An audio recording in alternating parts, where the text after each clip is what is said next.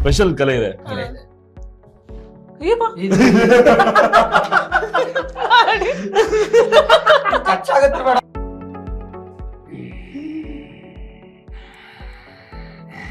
ನಂಗೆ ಭಯ ಆಗತ್ತೆ. కింద పడ్డై పర్వానికొచ్చింది నా ఆఖరి తీర్చే వయస్సు నీకొచ్చింది.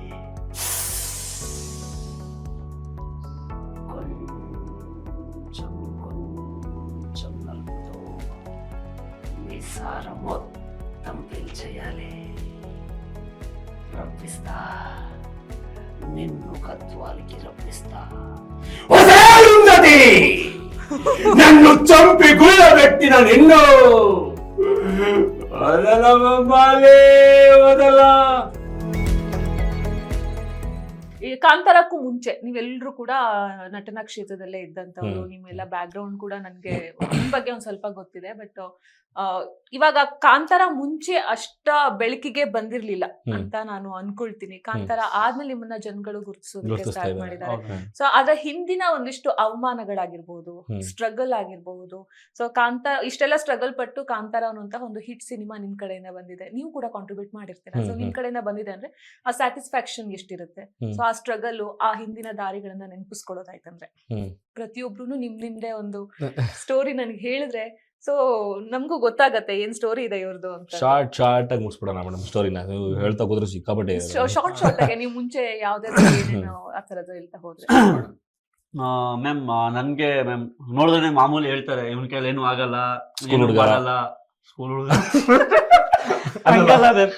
ಅಂದ್ರೆ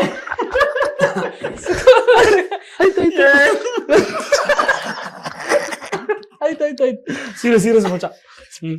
ಮ್ಯಾಮ್ ಅಂದ್ರೆ ಸುಮಾರು ಜನ ರೇಗ್ಸೋರು ಮ್ಯಾಮ್, ಏನು ಉನ್ ಕೈಲಿ ಆಗಲ್ಲ ಮಾಡಲ್ಲ ಈ ತರ ಸುಮಾರೆಲ್ಲ ರೇಗ್ಸ್ತಾ ಇದ್ರು ಮ್ಯಾಮ್. ಅದೆಲ್ಲ ನನ್ಗೆ ತುಂಬಾ ಕಾಡಿಸ್ತಾ ಇತ್ತು.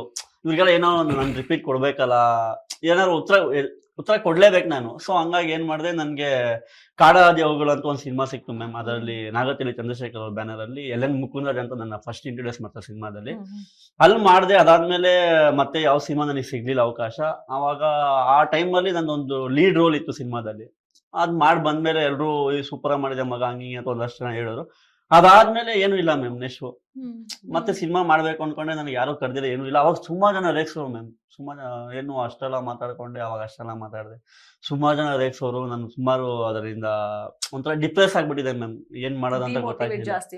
ತುಂಬಾ ಮಾಡಿದ್ದಾರೆ ಮ್ಯಾಮ್, ಸಿಕ್ಕಾಪಟ್ಟೆ ಮಾಡಿದೆ. ಆಮೇಲೆ ನಾನೇ ಒಂದು ನಂದೇ ಡೈರೆಕ್ಷನ್ ಮಾಡಿ ರೀ ಎಂಟ್ರಿ ಅಂತ ಒಂದು ಸಿನಿಮಾ ಮಾಡಿದೆ ಮ್ಯಾಮ್. ಅದರಲ್ಲಿ ಇದೇ ಕಂಟಿನ್ಯೂ ಇಟ್ಕೊಂಡೇ ಮಾಡಿದೆ ಮ್ಯಾಮ್. ಯಾರು ರೇಗಿಸ್ತಾರೆ ಏನ್ ಆಗಲ್ಲ ಅದನ್ನ ಮಾಡಿ ತೋರ್ಸೋ ತರ ಅವ್ರನ್ನೇ ಇಟ್ಕೊಂಡು, ನಮ್ ಫ್ರೆಂಡ್ಸ್ ಎಲ್ಲ ಯಾರ್ಯಾರು ಇದಾರೆ ಅವ್ರನ್ನೆಲ್ಲ ಇಟ್ಕೊಂಡು ಮಾಡಿ ಆ ಸಿನಿಮಾ ಮಾಡಿದೆ. ಮತ್ತೆ ಏನು ಅದರಿಂದನೂ ವರ್ಕೌಟ್ ಆಗಿಲ್ಲ ಮ್ಯಾಮ್. ಆಮೇಲೆ ಸಿನಿಮಾನೇ ಬೇಡ ಅಂತ ಬಿಟ್ಬಿಟ್ಟಿದೆ ಮ್ಯಾಮ್. ಯಾವ್ದು ಬೇಡ, ನಮ್ಗೆ ಇಷ್ಟೇ ಲೈಫ್ ನಮ್ದು, ಹಿಂಗೆ ಮುಂದುವರ್ಸ್ಕೊಂಡೇ ಹೋಗೋಣ ಬಿಡು, ಏನು ಮಾಡಕ್ಕಾಗಲ್ಲ ಅಂತ ತುಂಬಾ ನೊಂದೋಗಿದೆ ಮ್ಯಾಮ್. ಸಿಕ್ಕಾಪಟ್ಟೆ ಬೇಜಾರಾಗ್ಬಿಟ್ಟಿತ್ತು. ಹೆಂಗೆ ಹೇಳಿ ನಿಮ್ಗೆ, ತುಂಬಾ ಬೇಜಾರಾಗಿದೆ. ಆಮೇಲೆ ಕಾಂತಾರದ್ದು ಒಂದು ಅಪ್ಲಿಕೇಶನ್ ಬಂದಿತ್ತು ಮ್ಯಾಮ್, ಎಲ್ರಿಗೂ ಸಿಕ್ಕಿತ್ತು. ಅದ್ರಲ್ಲಿ ಸುಮ್ಮನೆ ಏನೋ ಟ್ರೈ ಮಾಡೋಣ ಅಂತ ಫಿಲ್ ಮಾಡಿದೆ ಮ್ಯಾಮ್. ಫಿಲ್ ಮಾಡಿದ್ಮೇಲೆ ಒಂದು ವಾರ ಆದ್ಮೇಲೆ ಮೇಲ್ ಬಂತು ನನಗೆ, ಈ ತರ ನೀವು ಸೆಲೆಕ್ಟ್ ಆಗಿದ್ದೀರಾ ಅಂತ. ಸ್ವಲ್ಪ ತುಂಬಾ ಖುಷಿಯಾಗೋಯ್ತು ನನಗೆ. ಪರವಾಗಿಲ್ಲ, ಕಾಂತಾರ ಅನ್ನೋ ಸಿನಿಮಾ ಸಿಗ್ತಾ ಇದೆಯಲ್ಲ, ಹೋಗೋಣ ಅಂತ ಖುಷಿ ಇತ್ತು. ಬಟ್ ಆದ್ರೂ ಮೇಲೂ ನನಗೆ ಏನು, ಅಲ್ಲಿ ಹೋದ್ರೆ ಒಳಗೆ ಹೋಗಕ್ ಆಗಲ್ಲ, ಹೆಂಗೋ ಸರಿ ಟ್ರೈ ಮಾಡೋಣ ಅಂತಾನೆ ಹೋದೆ ಮ್ಯಾಮ್. ಅದಾದ್ಮೇಲೆ ಟ್ರೈ ಮಾಡಿದೆ, ಸಿನಿಮಾ ಒಳಗೆ ಹೋದೆ. ಈಗ ಇಲ್ಲಿ ಬಂದು ಕೂತಿದ್ದೀನಿ ಮ್ಯಾಮ್. ನನಗೆ ಯಾರ್ಯಾರು ರೇಗ್ಸಿದ್ರು, ಏನೇನು ಮಾತಾಡಿದ್ರು, ಅವ್ರು ಪ್ರತಿಯೊಬ್ಬರಿಗೂ ಇದೆ ಅದಕ್ಕೆ ಉತ್ತರ ನಾನೇ ಮ್ಯಾಮ್ ಉತ್ತರ ಕೊಟ್ಟಿದ್ದೀನಿ ಮ್ಯಾಮ್. ಅಷ್ಟೇ. ಶಾಬಾಷ್ ಮನ್ಸೂರ್. ನಾನು ರೇಗ್ಸಿಲ್ಲ, ಬೇಗ ಮುಗಿಸದಲ್ಲ ಅಂತ ಹೇಳಿ ನನಗೆ ಆಡಿಷನ್ ಪ್ರೋಸೆಸ್ ತಗೋತೇನೆ ಅಂತ ಅನ್ಕೊಂಡೆ. ಒಂದು ಆಡಿಷನ್ ಪ್ರೋಸೆಸ್ ಇದೆ, ಅದೇ 1 hour ಎಪಿಸೋಡ್ ಆಗ್ಬೋದು. ಇಲ್ಲ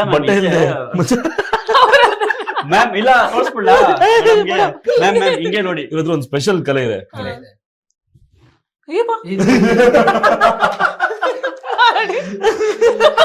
ಖರ್ಚಾಗತ್ತೆ ಬೇಡ,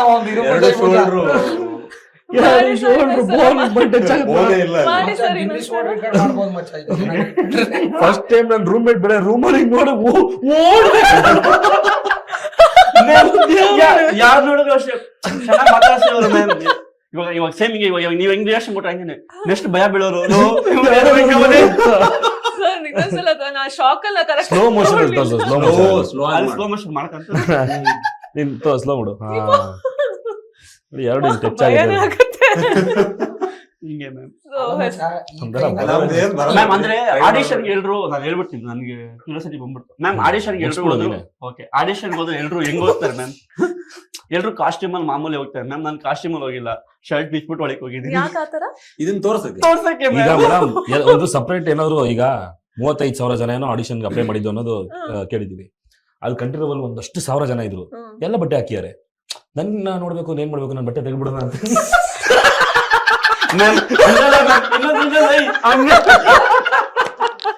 ಮ್ಯಾಮ್ ಹಂಗಲ್ಲ ಮ್ಯಾಮ್. ಇವಾಗ ನೀವು ಎಕ್ಸಾಂಪಲ್ ತಗೊಳ್ಳಿ, ಮಜಾ ಇದೆ ಇದು. ಇವಾಗ ಒಬ್ಬ ತಂದೆ ಕ್ಯಾರೆಕ್ಟರ್ ಬೇಕು ಅಂದ್ರೆ ತಂದೆ ಕ್ಯಾರೆಕ್ಟರ್ ಮಾಡೋದು ರಾಶಿ ಜನ ಇದಾರೆ. ವಿಲನ್ ಕ್ಯಾರೆಕ್ಟರ್ ಬೇಕು ಅಂದ್ರೆ ರಾಶಿ ಜನ ಇದಾರೆ. ಎಲ್ಲ ಏನೋ ತರದ್ದು ಒಂದ್ ಬಂದಿರ್ತಾರೆ ತಗೊಳ್ಳಿ audition ಗೆ. ಮ್ಯಾಮ್, ಅಷ್ಟು ಜನ ಇದಾರೆ. ಏನ್ ಮಾಡ್ಲಿ? ನಾನ್ ಹೆಂಗೋ ಒಳಕ್ ಹೋಗಕ್ ಆಗುತ್ತೆ ಅಂತ ಭಯ ಆಗೋಯ್ತು ನನ್ಗೆ. ಏನ್ ಮಾಡ್ಲಿ ಒಳಕ್ ಹೋಗಕ್ ಆಗುತ್ತಾ, ಹೋದ್ರೆ ಆಗ್ತೀನ ಸೆಲೆಕ್ಟ್ ಅಂತ ತುಂಬಾ ಭಯ ಆಗೋಯ್ತು. ಸರಿ ಏನಾದ್ರು ಯೋಚನೆ ಮಾಡೋಣ, ನನಗೆ ತಲೆನೇ ಓಡ್ತಿಲ್ಲ ಮ್ಯಾಮ್. ಬೆಳಗಿದ್ದಾವ 6 ಗಂಟೆ ಅಲ್ಲ ಶರ್ಟ್ ಬಿಚ್ಬಿಟ್ರೆ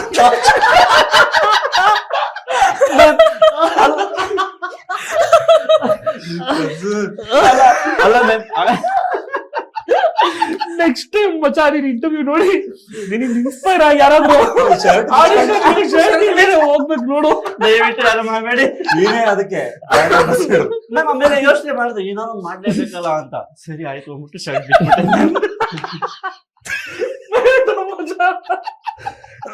ಮ್ಯಾಮ್. ಇನ್ನೊಂದನ್ ಕೇಳಿ, ಮಜಾ ಕೇಳಿ ಮ್ಯಾಮ್. ಶರ್ಟ್ ಬಿಚ್ಚದೆ ಒಳಗೆ ಹೋಗ್ತೀರಿ, ಎಲ್ರು ನನ್ನ ನೋಡ್ತಾವ್ರೆ.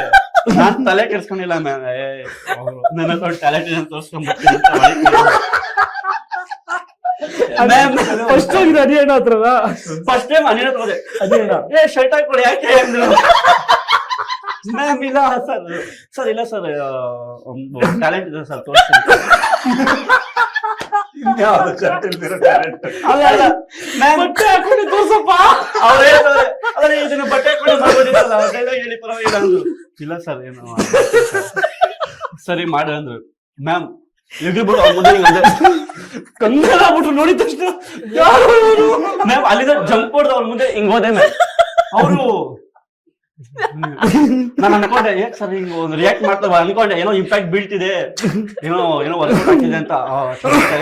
ಕಿವಿಯಲ್ಲಿ ಹಿಂಗ್ ಅಲಾಡ್ಸೋದು ಹಿಂಗೆಲ್ಲ ಮಾಡ್ಕೊಂಡು ಏನೋ ಮಾಡಿದೆ ಮ್ಯಾಮ್ ರೀಸೆಂಟ್ ಆಗಿ. ಅವ್ರು ನೋಡ್ಬಿಟ್ರು ಕಾಡು ಮನುಷ್ಯ ಕಾಡು ಈ ತರ ಟೀಮ್ ಅಲ್ಲಿ ಏನೋ ಒಂದು ಹೋಗುತ್ತೆ ಅಂತ ಅವ್ರಿಗೆ mindset. ಒಂದು ಯೋಚನೆ ಬಂದಿದೆ ಮ್ಯಾಮ್. ಅವ್ರು ಅಂದ್ರು ಇದೇ ತರ ಇನ್ನೊಂದು ರೂಮಲ್ಲಿ ಮಾಡ್ತೀರಾ ಅಂದ್ರು. ಖಂಡಿತ ಮಾಡ್ತೀನಿ ಸರ್ ಅಂತ ಹೋದೆ. ಅಲ್ಲಿ ಹೋದಾಗ ಏನಂತ ಹೇಳ್ಬಿಟ್ಟು ಹೋದ್ರು, ಕಳ್ಸಿದ್ರು ಯಾರೇಳಿ ಇದೇ ತರ ಇನ್ನೊಂದ್ ರೂಮಲ್ಲಿ ಮಾಡಿ ಇದೇ ತರ ತಕೊಂಡ್ ಮಾಡಿ ಅಂತ. shirt ಹಾಕೊಂಡ್ ಮಾಡಿ ನಾನು ಮ್ಯಾಮ್ ಅದು ಯಾವ ಹೆಂಗೋಗಿ ಗೊತ್ತಾ ಮ್ಯಾಮ್, ಶರ್ಟ್ ನೈ ಕೈಯೆಲ್ಲ ಕೊಲಾಯರ್ ಹೋಗಲ್ಲ ಮ್ಯಾಮ್. ಹಂಗಾಗಿ ಪಕ್ಕದ ರೂಮ್ ಹಂಗೆ ಹೋಗಿದ್ದೀನಿ. ಮತ್ತೆ ಅಲ್ಲೆಲ್ಲ ತುಂಬಾ ಜನ ಕೂತಿರು ಮ್ಯಾಮ್. ಎಲ್ರು ಮತ್ತೆ ನೋಡ್ತಾನೆ ಇವ್ನ ಪಕ್ಕದ ರೂಮ್ ಹೋಗಿದೆ ಮ್ಯಾಮ್. ಅಲ್ಲೂ ಶರ್ಟಿನ ಕತೆ ಅಲ್ಲ ಗುರುವಣ್ಣನವರೇ ಎಂದಿದ್ದು ಶರ್ಟ್ ಹಾಕೊಳ್ಳಿ ಅಂದ್ರೆ. ಫಸ್ಟ್ ಟೈಮ್ ಯಾರೋ ಒಬ್ಬ ವ್ಯಕ್ತಿ ಬರ್ತಾನೆ ಸ್ಟುಡಿಯೋ ಒಳಗೆ ಇದೆಲ್ಲ shirt ಬಟ್ಟೆ ಹಾಕೊಳ್ಳಿ ಬರ್ತಾರೆ ಇವ್ರು. ಅವ್ರು ಹಾಕೊಳ್ಳಿ ಅಂತ. ಇಲ್ಲ ಸರ್ ಟ್ಯಾಲೆಂಟ್ ಅವರು ಅಲ್ಲ ಇದು ಶರ್ಟ್ ಹಾಕೊಂಡ್ ಮಾಡ್ಬೋದಲ್ಲ ಈ ಟ್ಯಾಲೆಂಟ್ ನ ಅಂತ. ಮ್ಯಾಮ್ ಅಲ್ಲ ಅದು ಗೊತ್ತಾಗಲ್ಲ ಅಂತ. ಮ್ಯಾಮ್ ನಿಮ್ಗೆ ಶರ್ಟ್ ತೆಗೆದ್ರೆ ಶರ್ಟ್ ತೆಗೆದು ನೀವು ನೋಡಿದಾಗ ಏನಿಸುತ್ತೆ? ಬೇಡ ಬೇಡ ನೋಡೋದು ಬೇಡ ಕಣ. ಮೇಲ್ ಆಂಕರ್ ಆಗಿದ್ರೆ ತೆಗ್ದು ತೋರಿಸ್ರು ಸರ್ ಇಲ್ಲಿ ನೋಡಿ ಸರ್ ಅಂತ. ಅಲ್ಲ ಮ್ಯಾಮ್ ಅವರು ಆಮೇಲೆ ಓಕೆ ಮಾಡಿ ಅಂತಾರೆ ಮೇಡಮ್ ಸೇಮ್ ನೋಡ್ರೆ ಗೊತ್ತಾಗುತ್ತೆ ಅಂತೆ.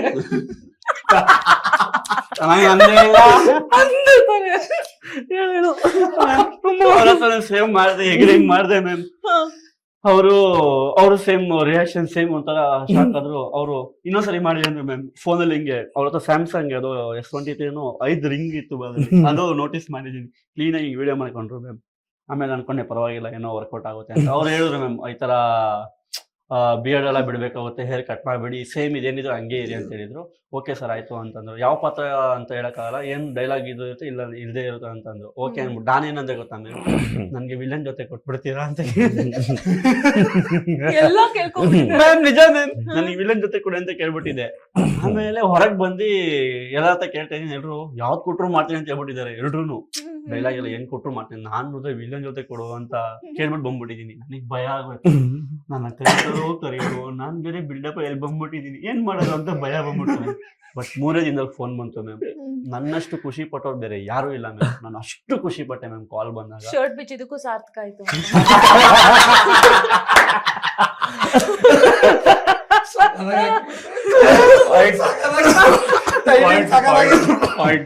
ತುಂಬಾ ಖುಷಿ ಆಯ್ತು ಮ್ಯಾಮ್. ಏನೋ ಒಂದು ಟ್ಯಾಲೆಂಟ್ ತೋರಿಸಿ ಇವಾಗ ಬಂದಿಲ್ಲಿ ಕೂತಿದ್ದೀನಿ ಮ್ಯಾಮ್, ಅದಕ್ಕೆ ಇದೇ ಪ್ಲಸ್ ಮ್ಯಾಮ್. ಏನೋ ಒಂದು ಟ್ಯಾಲೆಂಟ್ ತೋರಿಸಿ ಯಾರಿಗೂ ಮಾಡಕ್ ಬರಲ್ಲ ಸರ್. ಮೇಡಮ್ ಆಗಲ್ಲ ಅದು. ಎಲ್ರು ಅಷ್ಟೇ ಇದ್ದೀರಾ, thank you.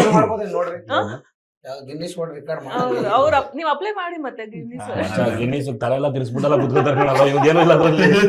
ಮ್ಯಾಮ್ ನನ್ಗಿಂತ ತುಂಬಾ ಟ್ಯಾಲೆಂಟೆಡ್ ಇದ್ದಾರೆ ಮ್ಯಾಮ್. ನಿನ್ ಕೈ ಎತ್ಬಿಟ್ಟು ಪಕ್ಕ ಇಟ್ಬಿಡ್ತಾರೆ. ಇದೆ ರಾಘವೇಂದ್ರ ಸರ್ ನಿಮ್ ಬಗ್ಗೆ ಹೇಳಿ ನಮ್ಗೆ. ಪ್ರಶ್ನೆನೇ ಮರ್ತೋದೆ ನಾನು. ನೀನ್ ಏನ್ ಆಡಿಷನ್ಗೆ ಹೋಗಿದ್ ಉತ್ತರ ಹೇಳದ, ಏನ್ ಹೇಳಿದ್ವು ಅಂದ್ರೆ ನನಗೆ ಗೊತ್ತಾಗ್ಲಿಲ್ಲ. ಕಾಂತಾರಕ್ಕೂ ಮುಂಚೆ ಏನ್ ಮಾಡ್ತಿದ್ವಿ ಒಂದಿಷ್ಟು ಸ್ಟ್ರಗಲ್ ಇದ್ದಿದ್ದೆ ಮೇಡಮ್, ದಾರಿ. ಇದ್ದಿದ್ದೆ. ಅದನ್ನ ಏನಂತಾರೆ ಸ್ಟ್ರಗಲ್ಗಳನ್ನ ಹೇಳಿ ಕೊಂಡಾಡುವಂಥದ್ದು ಆ ಥರದ್ದು ಏನಿಲ್ಲ. ಎಲ್ಲರಿಗೂ ಇದ್ದಿದೆ ಆ ಸ್ಟ್ರಗಲ್. ಯಾರು ಆರ್ಟಿಸ್ಟ್ ಆಗ್ಬೇಕು ಅಂತ ಬಂದರೆ ಅಥವಾ ಯಾರು ಯಾವತ್ತು ಈ ಸ್ಥಿತಿಯಲ್ಲಿ ಇದ್ದಾರೆ ಅಥವಾ ಇವತ್ತು ನೀವು ಇಲ್ಲಿ ಕೂತಿದ್ದೀರಾ, ಎಲ್ಲರಿಗೂ ಆ ಸ್ಟ್ರಗಲ್ ಅನ್ನೋದು ಇದ್ದೇ ಇರುತ್ತೆ. ನಾನು ಡಿಪ್ಲೊಮಾ ಮುಗಿಸಿ ಒಂದು MNC ಕಂಪ್ನಿಗೆ ಕೆಲಸದಲ್ಲಿದ್ದೆ. ಸೊ ಅಲ್ಲಿ 3 ವರ್ಷ ಆದ ನಂತರ ಅಲ್ಲಿಂದ ಥಿಯೇಟ್ರ್ ಮಾಡೋಕ್ಕೆ ಶುರು ಮಾಡಿದೆ. ಇಲ್ಲ ಈ ಫೀಲ್ಡ್ ಕಡೆ ಹೋಗೋಣ, ಒಂಚೂರು ಇಂಟ್ರೆಸ್ಟ್ ಜಾಸ್ತಿ ಇದೆ, ಸಪೋರ್ಟರ್ಸ್ ಒಂದಷ್ಟು ಸಿಕ್ಕಾಪಟ್ಟೆ ಸಪೋರ್ಟ್ ಮಾಡಿದ್ರು. ಈ ಫೀಲ್ಡ್ಗೆ ಬಂದು ಥಿಯೇಟ್ರ್ ಮಾಡೋಕ್ಕೆ ಶುರು ಮಾಡಿದೆ. ಒಂದು 5 ವರ್ಷ ಥಿಯೇಟ್ರ್ ಮಾಡಿದೆ. ನನ್ನ ಮೊದಲ ಗುರು ರಾಜ್ಗುರು ಹೊಸಕೋಟೆ ಅಂತ, ನಯನ ಸೂಡ ಅಂತ. ಸೊ ಅವ್ರ ಟೀಮಲ್ಲಿ ನಾನು ಕೆಲಸ ಮಾಡೋಕ್ಕೆ ಶುರು ಮಾಡಿದೆ. ಸುಮಾರು ನಾಟಕಗಳು, ಬ್ಯಾಕ್ ಸ್ಟೇಜು, ಲೈಟಿಂಗು ಎಲ್ಲವನ್ನ ಮಾಡೋಕ್ಕೆ ಶುರುವಾಗಿ ಸೀರಿಯಲ್ ಗೀರಿಯಲ್ ಏನೋ ಮಾಡೋಣ ಆಸಿದ್ದಿದೆ, ಅದು ಸಿನಿಮಾ ಮಾಡೋಣ ಅಂತಲೇ ಇದ್ದಿದ್ದಲ್ವಾ, ಚಿಕ್ಕದಾಗೇನೋ ಮಾಡೋಣ ಅಂತ ಒಂದಷ್ಟು ಸೀರಿಯಲ್ಗಳು ಮಾಡೋಕ್ಕೆ ಶುರು ಮಾಡಿದೆ. ಫಸ್ಟ್ ಸೀರಿಯಲ್ಲು ರೋಬೋ ಫ್ಯಾಮಿಲಿ 2015 ಟೈಮಿಗೆ. ಅಲ್ಲಿಂದ ಒಂದಷ್ಟು ಸೀರಿಯಲ್ಗಳು ಮಾಡಿದೆ. ನಂತರ ಎಲ್ಲ ಸಿನಿಮಾ ಮಾಡೋಣ ಅಂತ ಹೇಳಿ ಆಡಿಷನ್ ಇದೆ. ಈ ಆಡಿಷನ್ ಪ್ರೊಸೆಸ್ ನನಗೆ ಕಿರಿಕ್ ಪಾರ್ಟಿಯಲ್ಲಾಗಿತ್ತು. ಕಿರಿಕ್ ಪಾರ್ಟಿಯಲ್ಲಿ ಆಡಿಷನ್ಗೆ ಅಪ್ಲೈ ಮಾಡಿ ಅಲ್ಲೂ 4,500 ಜನ ಏನೋ ಆಡಿಷನ್ ಬಂದಿದ್ದು. ಅಲ್ಲೇ ಮೊದಲ ಭೇಟಿ ರಿಷಭಣ್ಣ, ರಕ್ಷಿತಣ್ಣ ಆ ಟೀಮ್ ಜೊತೆಗೆ. ಸೊ ನಾನು, ಸಲ್ಮಾನು, ಹರ್ಷ ಅಂತ ಇನ್ನೊಂದು 4-5 ಜನ ಸೆಲೆಕ್ಟ್ ಆಗಿದ್ವಿ ನಾವು ಆಡಿಷನಿಂದ. ಆ ಸೀನಿಯರ್ 3 ಜನ ಇರ್ತಾರಲ್ಲ ಸ್ಪೆಕ್ಸ್ ಹಾಕೊಂಡು, ಆ ಗ್ರೂಪಲ್ಲಿ ಅದ್ರಲ್ಲಿ ನಾನು ಒಬ್ಬ. ಸೊ ಅಲ್ಲಿಂದ ಇಲ್ಲಿಗೆ ಲೆಕ್ಕ ತಗೊಂಡ್ರೆ 10 ವರ್ಷದ ಸಿನಿ ಪಯಣ ಜರ್ನಿ. ಇದು ನನ್ನ 25ನೇ ಸಿನಿಮಾ ಕಾಂತಾರ. 25ನೇ ಸಿನಿಮಾ. ಮೊದಲನೇ ಸಿನಿಮಾ ಕನ್ನಡದಲ್ಲೇ ಮೇಡಮ್, ಬೇರೆ ಯಾವ ಭಾಷೆದಿಲ್ಲ ಮೇಡಮ್, ಕನ್ನಡದಲ್ಲೇ. ಸೊ ಅಂದ್ರೆ ಬೇರೆ ಭಾಷೆ ಡಬ್ಬಿಂಗ್ ಮಾಡ್ತಾರೆ. ಹೇಳ್ತೀನಿ. ಮೊದಲನೇ ಸಿನಿಮಾ ರಿಷಭಣ್ಣ, ಇದು 25ನೇ ಸಿನಿಮಾ, ಅದು ರಿಷಭಣ್ಣ. ಸ್ಪೆಷಲ್ ಫುಲ್ ಆಗೋದ್ರೆ ಸಿಕ್ಕಾಪಟ್ಟೆ ಖುಷಿ. ಅದನ್ನ ಒಂದ್ ದಿವಸ ಅಣ್ಣನ ಹತ್ರ ಹಂಚ್ಕೊಂಡಿದ್ದೆ. ಅಣ್ಣ ಈ ತರ ಹಿಂಗೆ ಏನೋ ಮಾಡ್ತಿದ್ದೀರಾ, ಸಿನಿಮಾ ಮಾಡಿದ್ರು ಹಂಗೆ ಅಣ್ಣ, ಇದು 25ನೇ ಸಿನಿಮಾ. ಮಕ್ಕಳ ನೀವೇ 25 ಸಿನಿಮಾ ಮಾಡಿದಿರಾ, ನಾನೇ ಇನ್ನೂ 4-5 ಮಾಡ್ತಿದ್ರು. ಸೂಪರ್ ಮಗ, ಒಳ್ಳೇದಾಗ್ಲಿ, ಮಾಡಿ ಅಂತ ಹೇಳಿ ಪಾಪ ಬಹಳ ಖುಷಿ ಪಟ್ರು ಅಣ್ಣ, ಇನ್ನು ಹೆಚ್ಚು ಮಾಡ್ಮಗ ಅಂತ. ಇದ್ರ ಜೊತೆಗೆ ಈ ಅವಮಾನಗಳು ಅಂತ ಬರೋ ಹಂತದಲ್ಲಿ ಮೇಡಮ್ ನನಗೆ ಡಬ್ಬಿಂಗ್ ಅನ್ನೋದು ಕೈ ಹಿಡಿತು. ನಾನು ಸಿಕ್ಕಾಪಟ್ಟೆ ಬೇಜಾರು ಮಾಡ್ಕೊಂಡಂತ ಮನುಷ್ಯ. ನನ್ನ ವಾಯ್ಸು, ನಾನು ತುಂಬ ಫಾಸ್ಟಾಗಿ ಮಾತಾಡ್ತೀನಿ, ನಾನು ತಿನ್ನಂಗೆ ಮಾತಾಡ್ತೀನಿ. ಎಲ್ಲರೂ ವಾಯ್ಸ್ ಥರ ಇಲ್ಲ ನಂದು, ಇಷ್ಟು ಚೆನ್ನಾಗಿ ಮಾತಾಡ್ತಿರೋ ಇರಲ್ಲ, ನಾನು ಯಾಕೆ ಇಷ್ಟು ಚಿಕ್ಕದಾಗಿ ಮಾತಾಡ್ತೀನಿ ಅಂತ ಕೇಳಿಸ್ತಾ ಇಲ್ಲ ನನ್ನ ಮಾತು ಅನ್ನೋದು ಥಿಯೇಟ್ರಲ್ಲಿ ಗೊತ್ತಾಗಿದ್ದು ನನಗೆ. ತುಂಬ ಜೋರಾಗಿ ಮಾತಾಡಬೇಕು, ಕಿರ್ಚ್ಬೇಕು ಅಂದರು. ನಾನು ಕಿರ್ಚ್ತಾ ಇದ್ದೀನಿ, ಬರ್ತಾ ಇಲ್ಲ, ಕೊನೆಯವ್ರಿಗೆ ಕೇಳಿಸ್ತಾನೆ ಇಲ್ಲ. ಇದ್ದಿದ್ದು ಒಂದೊಂದೇ ಡೈಲಾಗು. ಇಲ್ಲ, ನನ್ನ ಕೆರಿಯರ್ ಏನೋ ಇಷ್ಟೇ ಅಂದ್ಕೊಂಡ್ಬಿಟ್ಟಿದೆ, ನನ್ನ ವಾಯ್ಸೇ ತುಂಬ ಡ್ರಾಬ್ಯಾಕ್ ಅಂತ ಅಂದ್ಕೊಂಡಿದ್ದಂಥ ವ್ಯಕ್ತಿ ನಾನು. ಆಗ ನನ್ನ ಪ್ರಜ್ವಲ್ ಅಂತ ಒಬ್ಬ ಸ್ನೇಹಿತರು, ನೀವು ನಂಬಲ್ಲ, 4 ಗಂಟೆಗೆ ರಿಹರ್ಸಲ್ ಹೇಳೋರು, 3 ಗಂಟೆಗೆ ಬಂದು 1 ಅವರ್ ಸುಮ್ಮನೆ ಗ್ರೌಂಡಲ್ಲಿ ಒಬ್ಬನೇ ಕಿರ್ಚ್ತಾ ಇದೆ. ವಾಯ್ಸ್ ಜೋರಾಗಲಿ, ಏನೋ ವೋಕಲ್ ಕಾರ್ಡ್ ಅಂತ ಒಂದು ಇರುತ್ತಂತೆ, ಅದು ಓಪನ್ ಆಗುತ್ತಂತೆ, ವಾಯ್ಸ್ ಜೋರಾಗಿ ಬರುತ್ತಂತೆ, ಈ ಥರದ್ದೇನೋ ಮಿತ್ತು. ಜೋರಾಗಿ ಕಿರ್ಚೋದು ಒಬ್ಬನೇ ಗ್ರೌಂಡಲ್ಲಿ, ಏನೇನೋ ಆ ಥರದ್ದು ಏನೇನೋ ಮಾಡ್ತಿದ್ದೆ. ಒಂದು ದಿವಸ ಸಿಕ್ಕಾಪಟ್ಟೆ ಬೇಜಾರಾಗಿ ಕಣ್ಣೀರು ಹಾಕಿದ ದಿನಗಳು ಇದೆ. ಆಗ ಪ್ರಜ್ವಲ್ ಬಂದು ಹೇಳಿದರು, ಅಲ್ಲ ರಾಘು, ನಿಮ್ಮಲ್ಲಿರೋ ಇದು ಏನಂತಾರೆ, ಇದಕ್ಕೆ ಯಾಕೆ ಅಷ್ಟೊಂದು ಟೆನ್ಷನ್ ಮಾಡ್ಕೋತಿದ್ದೀರಾ? ಮುಸುರಿ ಕೃಷ್ಣಮೂರ್ತಿ ಅವ್ರ ವಾಯ್ಸ್ ಕೇಳಿದ್ದೀರಾ, ನೀವು ಟೆನ್ನಿಸ್ ಕೃಷ್ಣ ಅವ್ರ ವಾಯ್ಸ್ ಕೇಳಿದ್ದೀರಾ? ಇಂಥವ್ರು ಒಂದಷ್ಟು ಎಕ್ಸಾಂಪಲ್ ಕೊಟ್ಟರು ನನಗೆ. ಅವ್ರ ವಾಯ್ಸ್ ಎಲ್ಲ ತುಂಬ ತಿನ್ನು ವಾಯ್ಸು, ಒಂಥರ ಏನಂತಾರೆ ಆ ಥರ ವಾಯ್ಸ್ ಯಾರಿಗೂ ಇರಲ್ಲ, ತುಂಬ ತಿನ್ನು. ಅದನ್ನ ಇಟ್ಕೊಂಡು ಪ್ಲಸ್ ಮಾಡ್ಕೊಂಡು ಇವತ್ತು ಅವರೆಲ್ಲ ಅಲ್ಲಿದ್ದಾರೆ. ನೀವು ನಿಮ್ಮಲ್ಲಿರೋ ಮೈನಸನ್ನು ಹುಡ್ಕೊಂಡು ಹೋದ್ರೆ ನೀವು ಅಲ್ಲೇ ಇದ್ಬಿಡ್ತೀರ ರಾಘು, ಇದನ್ನು ಪ್ಲಸ್ ಮಾಡ್ಕೊಳ್ಳಿ ಹಂಗೆ ಹೆಂಗಿದ್ರು. ಆ ಪ್ರೊಸೆಸಲ್ಲಂತೂ ನಾನೇನು ಮಾಡಲಿಲ್ಲ. ಒಂದಷ್ಟು ಈ ಕಿರ್ಚೋದು, ವಾಯ್ಸ್ ಎಕ್ಸಸೈಸು ಅದು ಇದು ಮಾಡ್ತಿದ್ದೆ ಅಷ್ಟೇ. ಥಿಯೇಟ್ರ್ ಮಾಡ್ತಾ ಸಿನಿಮಾಗೆ ಬಂದಾಗ ರಘುವೀರ ಅಂತ ಒಂದು ಸಿನಿಮಾ ಮಾಡಿದ್ದೆ. ಅದು ಡಬ್ಬಿಂಗ್ ಹೋಗಿದ್ದೆ. ನವೀನ್ ಲಗ್ಗೆರೆಯಲ್ಲಿ ರಾಜೇಶ್ ರಾಮನಾಥ್ ಸ್ಟುಡಿಯೋ ಇದೆ, ಅಲ್ಲಿ ನವೀನ್ ಅಣ್ಣ ಅಂತ ಇಂಜಿನಿಯರ್. ಸೊ ಬೆಳಗ್ಗೆ ಡಬ್ಬಿಂಗ್ ಕರೆದ್ರು, ಹೋದೆ. ನನ್ನೊಂದು ಅರ್ಧ ಗಂಟೆ ಅಷ್ಟೇ ಕೆಲಸ ಇದ್ದಿದ್ದು. ನಾನು ಫಸ್ಟ್ ಟೈಮ್ ಡಬ್ಬಿಂಗ್ ಇಂಡಸ್ಟ್ರಿ ಒಳಗಡೆ ಡಬ್ಬಿಂಗ್ ಸ್ಟುಡಿಯೋ ಒಳಗೆ ಕಾಲಿಡ್ತಿರೋದು. ಹೋದೆ. ಅವ್ರು ನನಗೆ ಗೊತ್ತಿಲ್ಲ, ಹೆಂಗೆ ನಡೆಯುತ್ತೆ ಪ್ರೋಸೆಸ್ ಗೊತ್ತಿಲ್ಲ. ಹೆಡ್ಫೋನ್ ಹಾಕೊಂಡೆ, ಇಲ್ಲಿ ಬರುತ್ತೆ ಸರ್, ನಾನು ಹೇಳ್ತೀನಿ, ಅದನ್ನು ನೀವು ಕೊಡಿ ಅಂದರು.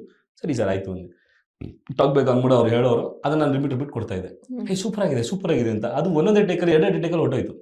ಅವ್ರು ಹೇಳೋದನ್ನ ಕ್ಯಾಚ್ ಮಾಡಿದೆ ನಾನು ಬೇಗ. ಅದು ಫಸ್ಟ್ ಟೈಮ್ ಅಲ್ವಾ ಎಕ್ಸ್ಪೀರಿಯನ್ಸ್, ಅದು ಎಕ್ಸೈಟ್ಮೆಂಟ್ ಇರುತ್ತಲ್ಲ. ಸೊ ಪಟ ಮಾಡಿದೆ. ಹೇ ನಿಮ್ ವಾಯ್ಸ್ ಸೂಪರ್ ಆಗಿದೆ ಅಂದ್ರು. 2 ಸೆಕೆಂಡ್ ಶಾಕ್ ಆಗಿದೆ. ಫಸ್ಟ್ ಟೈಮ್ ನನ್ನ ಲೈಫಲ್ಲಿ ಯಾರೋ ಒಬ್ಬ ನಿನ್ ವಾಯ್ಸ್ ಚೆನ್ನಾಗಿದೆ ಅಂತ ಹೇಳಿದ್ದು. ಅಣ್ಣ ನಮಸ್ಕಾರ ಅಣ್ಣ ನಿನಗೆ ಅಂತ. ಸೊ ಆಮೇಲೆ ಇಲ್ಲ ನೀವು ಡಬ್ಬಿಂಗ್ ಎಲ್ಲ ಟ್ರೈ ಮಾಡಿ ಅಂದ್ರು. ಸರ್ ಆ ಥರದ್ದು ಒಂದು ಪ್ರಪಂಚ ಇದೆ ಅನ್ನೋದೇ ನನಗೆ ಗೊತ್ತಿಲ್ಲ. ಡಬ್ಬಿಂಗ್ ಇಂಡಸ್ಟ್ರಿ ಅಂತ ಒಂದಿದೆ, ಡಬ್ಬಿಂಗ್ ಸಿನಿಮಾಗಳು ನಡೀತಾ, ಆ ವಿಚಾರನೇ ಗೊತ್ತಿಲ್ಲ ನನಗೆ. ಟ್ರೈ ಮಾಡಿ ಅಂದರು. ಹೆಂಗೆ ಟ್ರೈ ಮಾಡೋದು ಸರ್ ಅಂದೆ. ನಿಮ್ಮ ನಂಬರ್ ಕೊಡಿ ನಾನೇ ಮಾಡಿಸ್ತೀನಿ ಅಂದರು. ಸರಿ ಅಂತ ನಂಬರ್ ಕೊಟ್ಟೆ, ಹೋದೆ. ನೆಕ್ಸ್ಟ್ ಡೇ ಫೋನು ನವೀನಣ್ಣ, ಸರ್ ಎಲ್ಲಿದ್ದೀರಾ ಅಂತ. ಇಲ್ಲಿ ಮನೆಯಲ್ಲಿದ್ದೀನಿ, ಒಂದು ಡಬ್ಬಿಂಗ್ ಕೆಲಸ ಇದೆ ಬನ್ನಿ ಅಂತ. ಏನ್ ಗುರು ನನ್ನ ಲೈಫ್ ಬದುಕೆ ಬದಲಾಗೋಯ್ತು ನನಗೆ. ಏನೋ ಖಾಲಿ ಕೂತಿದ್ದವನಿಗೆ ಏನೋ ಬಂತು ಅಂತ. ಸರಿ ಹೋದೆ, ಸ್ಟುಡಿಯೋಗೆ ಹೋದೆ. ಒಂದು 15 ನಿಮಿಷದ ಕೆಲಸ ಅಷ್ಟೇ ಮೇಡಮ್. 4 ಮಾತಿದ್ದು, 4 ಮಾತು ಡೈಲಾಗು. ಸರ್ ಇದನ್ನು ತೊಗೊಳ್ಳಿ ಅಂದರು. ತೊಗೊಂಡೆ. ಸೂಪರಾಗಿ ಬಂತು ಅಂದರು. ಡೈರೆಕ್ಟರ್ ಇದ್ರು, ಇವರೆಲ್ಲ ಇದ್ರು, ಪ್ರೊಡ್ಯೂಸರ್ ಎಲ್ಲ. ಆಚೆ ಬಂದೆ. ಹಣ ಬರ್ತೀನಿ ಅಂದೆ. ಏನೇ ಪೇಮೆಂಟ್ ಕೊಡ್ತಾರೆ ಇಸ್ಕೊಂಡು ಹೋಗಿ ಅಂದರು. ಪೇಮೆಂಟಾ? ಅದೊಂದು ಸಣ್ಣ ಖುಷಿ ಒಳಗೆ ಎಷ್ಟು ಕೊಡ್ಬೋದು ಅಂತ. ಒಂದು 200 ರೂಪಾಯಿ ಕೊಡ್ತಾರೆ, ಒಂದು 10 ನಿಮಿಷದಲ್ಲಿ ಕೆಲಸ ಮಾಡಿಲ್ಲ ನಾನು ಅಂತ. 4,500 ರೂಪಾಯಿ ದುಡ್ಡು ಕೊಟ್ಟರು. 500 ರೂಪಾಯಿ ಕನ್ವಿನ್ಸ್ ಅಂತ ಇಟ್ಕೊಳ್ಳಿ, 4,000 ರೂಪಾಯಿ ದುಡ್ಡು ಇಟ್ಕೊಳ್ಳಿ ಅಂತ. 8 ವರ್ಷದ ಹಿಂದೆ. ನನಗೆ ಏನು ಆಗ್ತಿರೋ ಖುಷಿ ನನಗೆ ಹೇಳೋಕ್ಕಾಗ್ತಿಲ್ಲ. ನಾನು ಅಣ್ಣ ಏನು ಮಾಡಲಿ ಅಂತ. ನಾನು ಅದನ್ನು ತೊಗೊಂಡು ಹೊರಗೆ ಕೊಟ್ಟೆ. ಅಣ್ಣ ನಿಮ್ಗೆ ಏನು ಕೊಡ್ಬೇಕು ತೊಗೊಳ್ಳಿ, ನೀವು ಇದರಲ್ಲಿ ಹೆಂಗೋ ಕೆಲಸ ಕೊಟ್ಟಿದ್ದೀರಾ.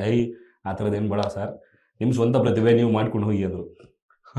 ಅದಾದ್ಮೇಲೆ 3 ತಿಂಗಳು ಫೋನ್ ಮಾಡಿದ್ದೀನಿ ಕಂಟಿನ್ಯೂಸ್ ಆಗಿ. ಅಣ್ಣ ಡೈಲಿ ಕೆಲಸ ಇದೆಯಾ, ಅಣ್ಣ ಕೆಲಸ ಇದೆಯಾ ಅಂತ. ಕಾಸು ಬರುತ್ತೆ ಅಂತ ಗೊತ್ತಾಗೈತಲ್ಲ.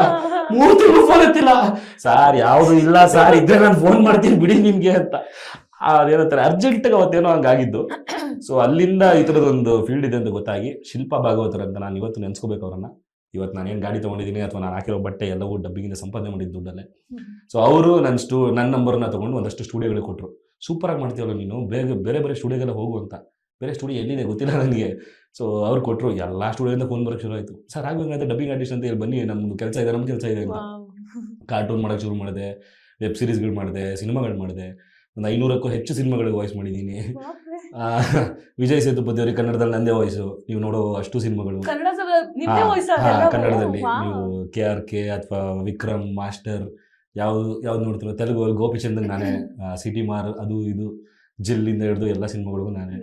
ಸೊ ಅದು ಏನಂತಾರೆ, ಅದು ನನ್ನ ಕಾಪಾಡ್ತು ಮೇಡಮ್. ಕೋವಿಡ್ ಟೈಮ್ ಆಗಿರ್ಬೋದು ಅಥವಾ ಇನ್ನೊಂದು ಯಾವುದೇ ಟೈಮ್ ಆಗಿರ್ಬೋದು.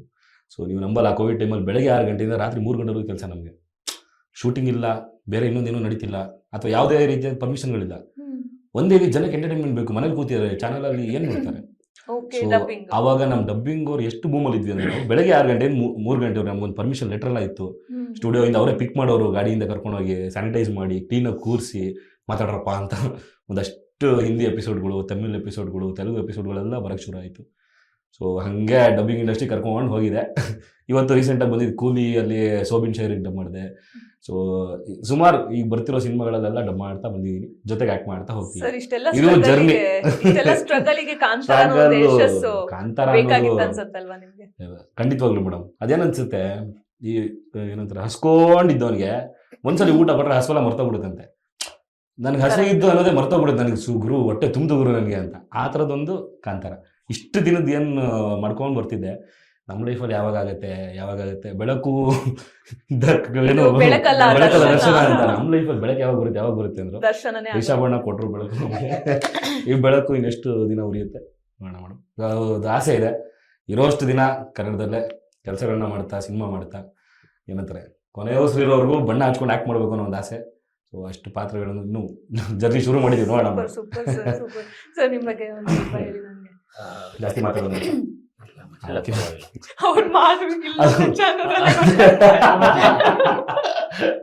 ಅದು ಮಾತಾಡಕ್ ಕೂತ್ರೆ ಸುಮಾರು ಇದೆ ಮಾತಾಡಕ್ಕೆ. ಅದಕ್ಕೆ ಕಂಟೆಂಟ್ ಕೊಡ್ಬೇಕಂದ್ರೆ ಒಬ್ಬೊಬ್ರನ್ನೇ ಕೂರ್ಸ್ಕೊಂಡ್ ಮಾತಾಡಿದ್ರೆ ನಿಮ್ದೆಲ್ಲವನ್ನು ನಾವು ಎಷ್ಟೆಷ್ಟಿದೆ ಮಾತಾಡೋದಕ್ಕೆ. ಕರೆಕ್ಟ್. ಬಟ್ ಇವಾಗ ಹಂಗಾಗಲ್ಲ. ಅದಕ್ಕೆ ನಾನು ಸ್ವಲ್ಪ ಬ್ರೀಫ್ ಆಗಿ ಕೇಳ್ತಾ ಇದ್ದೀನಿ. ಇನ್ನೊಂದು ಸಿನಿಮಾ ಮಾಡ್ತೀವಲ್ಲ ಮೇಡಮ್, ಇನ್ನೊಂದು ಪ್ಯಾನಿಡೆ ಸಿನಿಮಾ.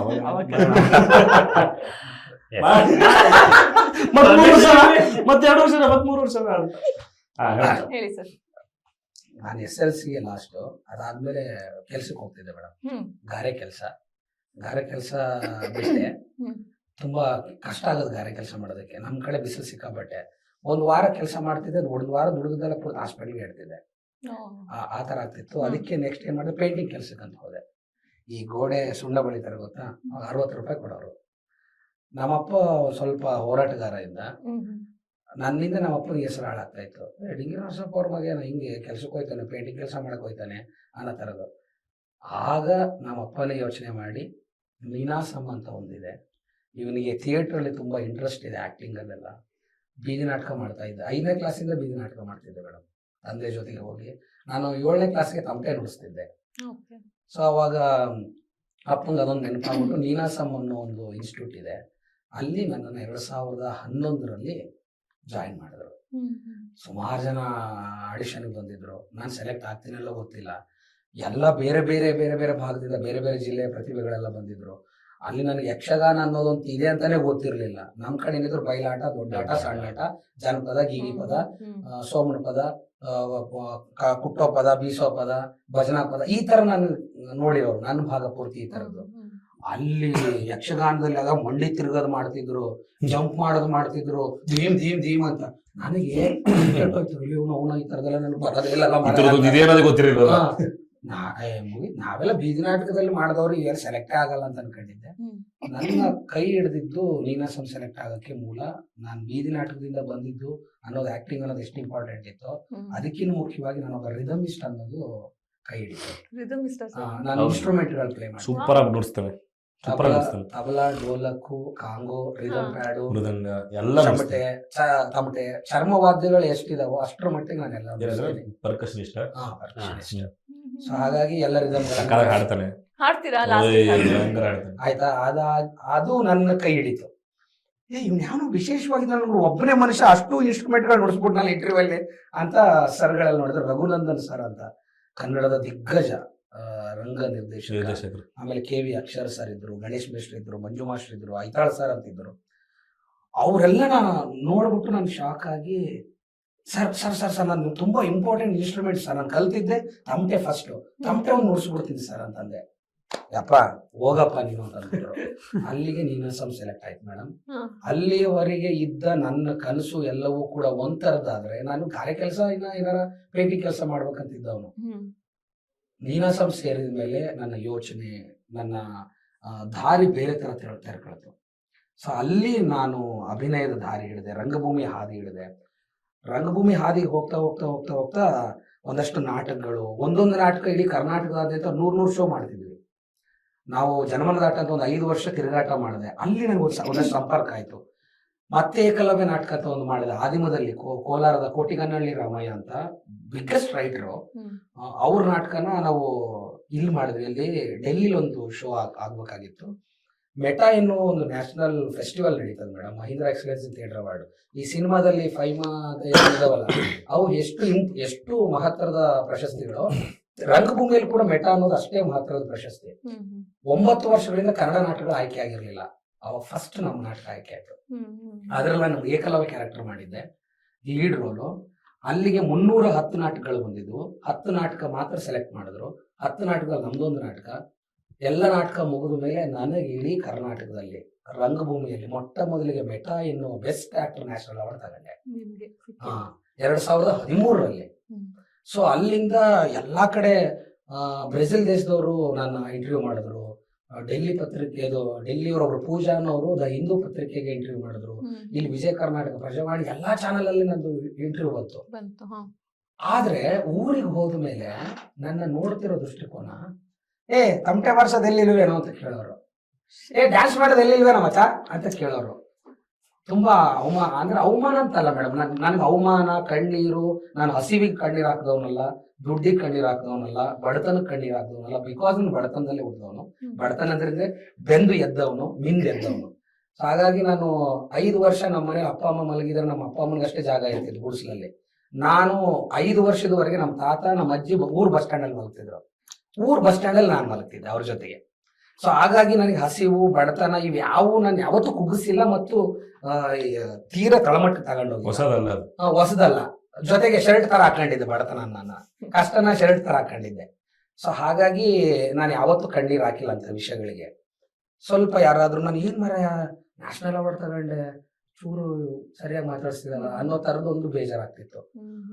ಆವಾಗ ಸಿನಿಮಾ ಎನ್ನುವುದು ಒಂದು ಬಾಗಿಲು ತೆರೀತು ಮೇಡಮ್, ಒಬ್ಬ ಗೆಳೆಯನಿಂದ. ರಾಜೇಂದ್ರ ಅಂತ ಒಬ್ಬ ಗೆಳೆಯ, ಹ್ಮ್. ಇವತ್ತು ಡೈಲಾಗ್ ರೈಟರ್ ರಘು ನಿಡುವಳಿ ಅಂತ ಇದ್ದಾರೆ ಗೊತ್ತಾ ಗೊತ್ತು. ಅವರು, ಆಮೇಲೆ ಕೃಷ್ಣಣ್ಣ, ರಮೇಶ್ ಅಣ್ಣ, ಈ 4 ಜನ ರಾಜೇಂದ್ರ ಮೂಲಕ ನನ್ನನ್ನು ಕರ್ಸ್ಕೊಂಡು ಮತ್ತೆ ಏಕಲವ್ಯ ನಾಟಕ ನಾನು ನೋಡಿದ್ರು.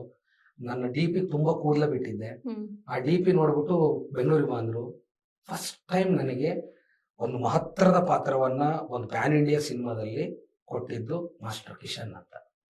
ಕೇರ್ ಆಫ್ ಫುಟ್ಪಾತ್ ಪಾರ್ಟ್ 2 ಎನ್ನುವ ಸಿನಿಮಾದ ಮೂಲಕ ನನ್ನ ಸಿನಿಮಾದ ಬಾಗಿಲಿನ ಅವಕಾಶವನ್ನು ತೆಗೆದವರು ಮಾಸ್ಟರ್ ಕಿಶನ್ ಸರ್. ಅದರಲ್ಲಿ 2ನೇ ನಾಯಕ ನಟನಾಗಿ ಅಭಿನಯಿಸಿದೆ. ಅದು ಆಸ್ಕರ್ಗೆ ನಾಮಿನೇಟ್ ಆಯಿತು, ಕನ್ನಡದ ಪ್ರಪ್ರಥಮ ಚಿತ್ರ. ಅಲ್ಲಿಂದ ಸಿನಿಮಾದ ಒಂದು ದಾರಿ ಓಪನ್ ಮಾಡ್ಕೊಳ್ತು. ಅದಾದ್ಮೇಲೆ ಬೆಲ್ ಬಾಟಮ್ ಮಾಡಿದೆ. ರಿಷಬ್ ಅಣ್ಣ ನನ್ನ ಫಸ್ಟ್ ಪರಿಚಯ ಆಗಿದ್ದು ಬೆಲ್ ಬಾಟಮ್ ಸಿನಿಮಾ ಮೂಲಕ.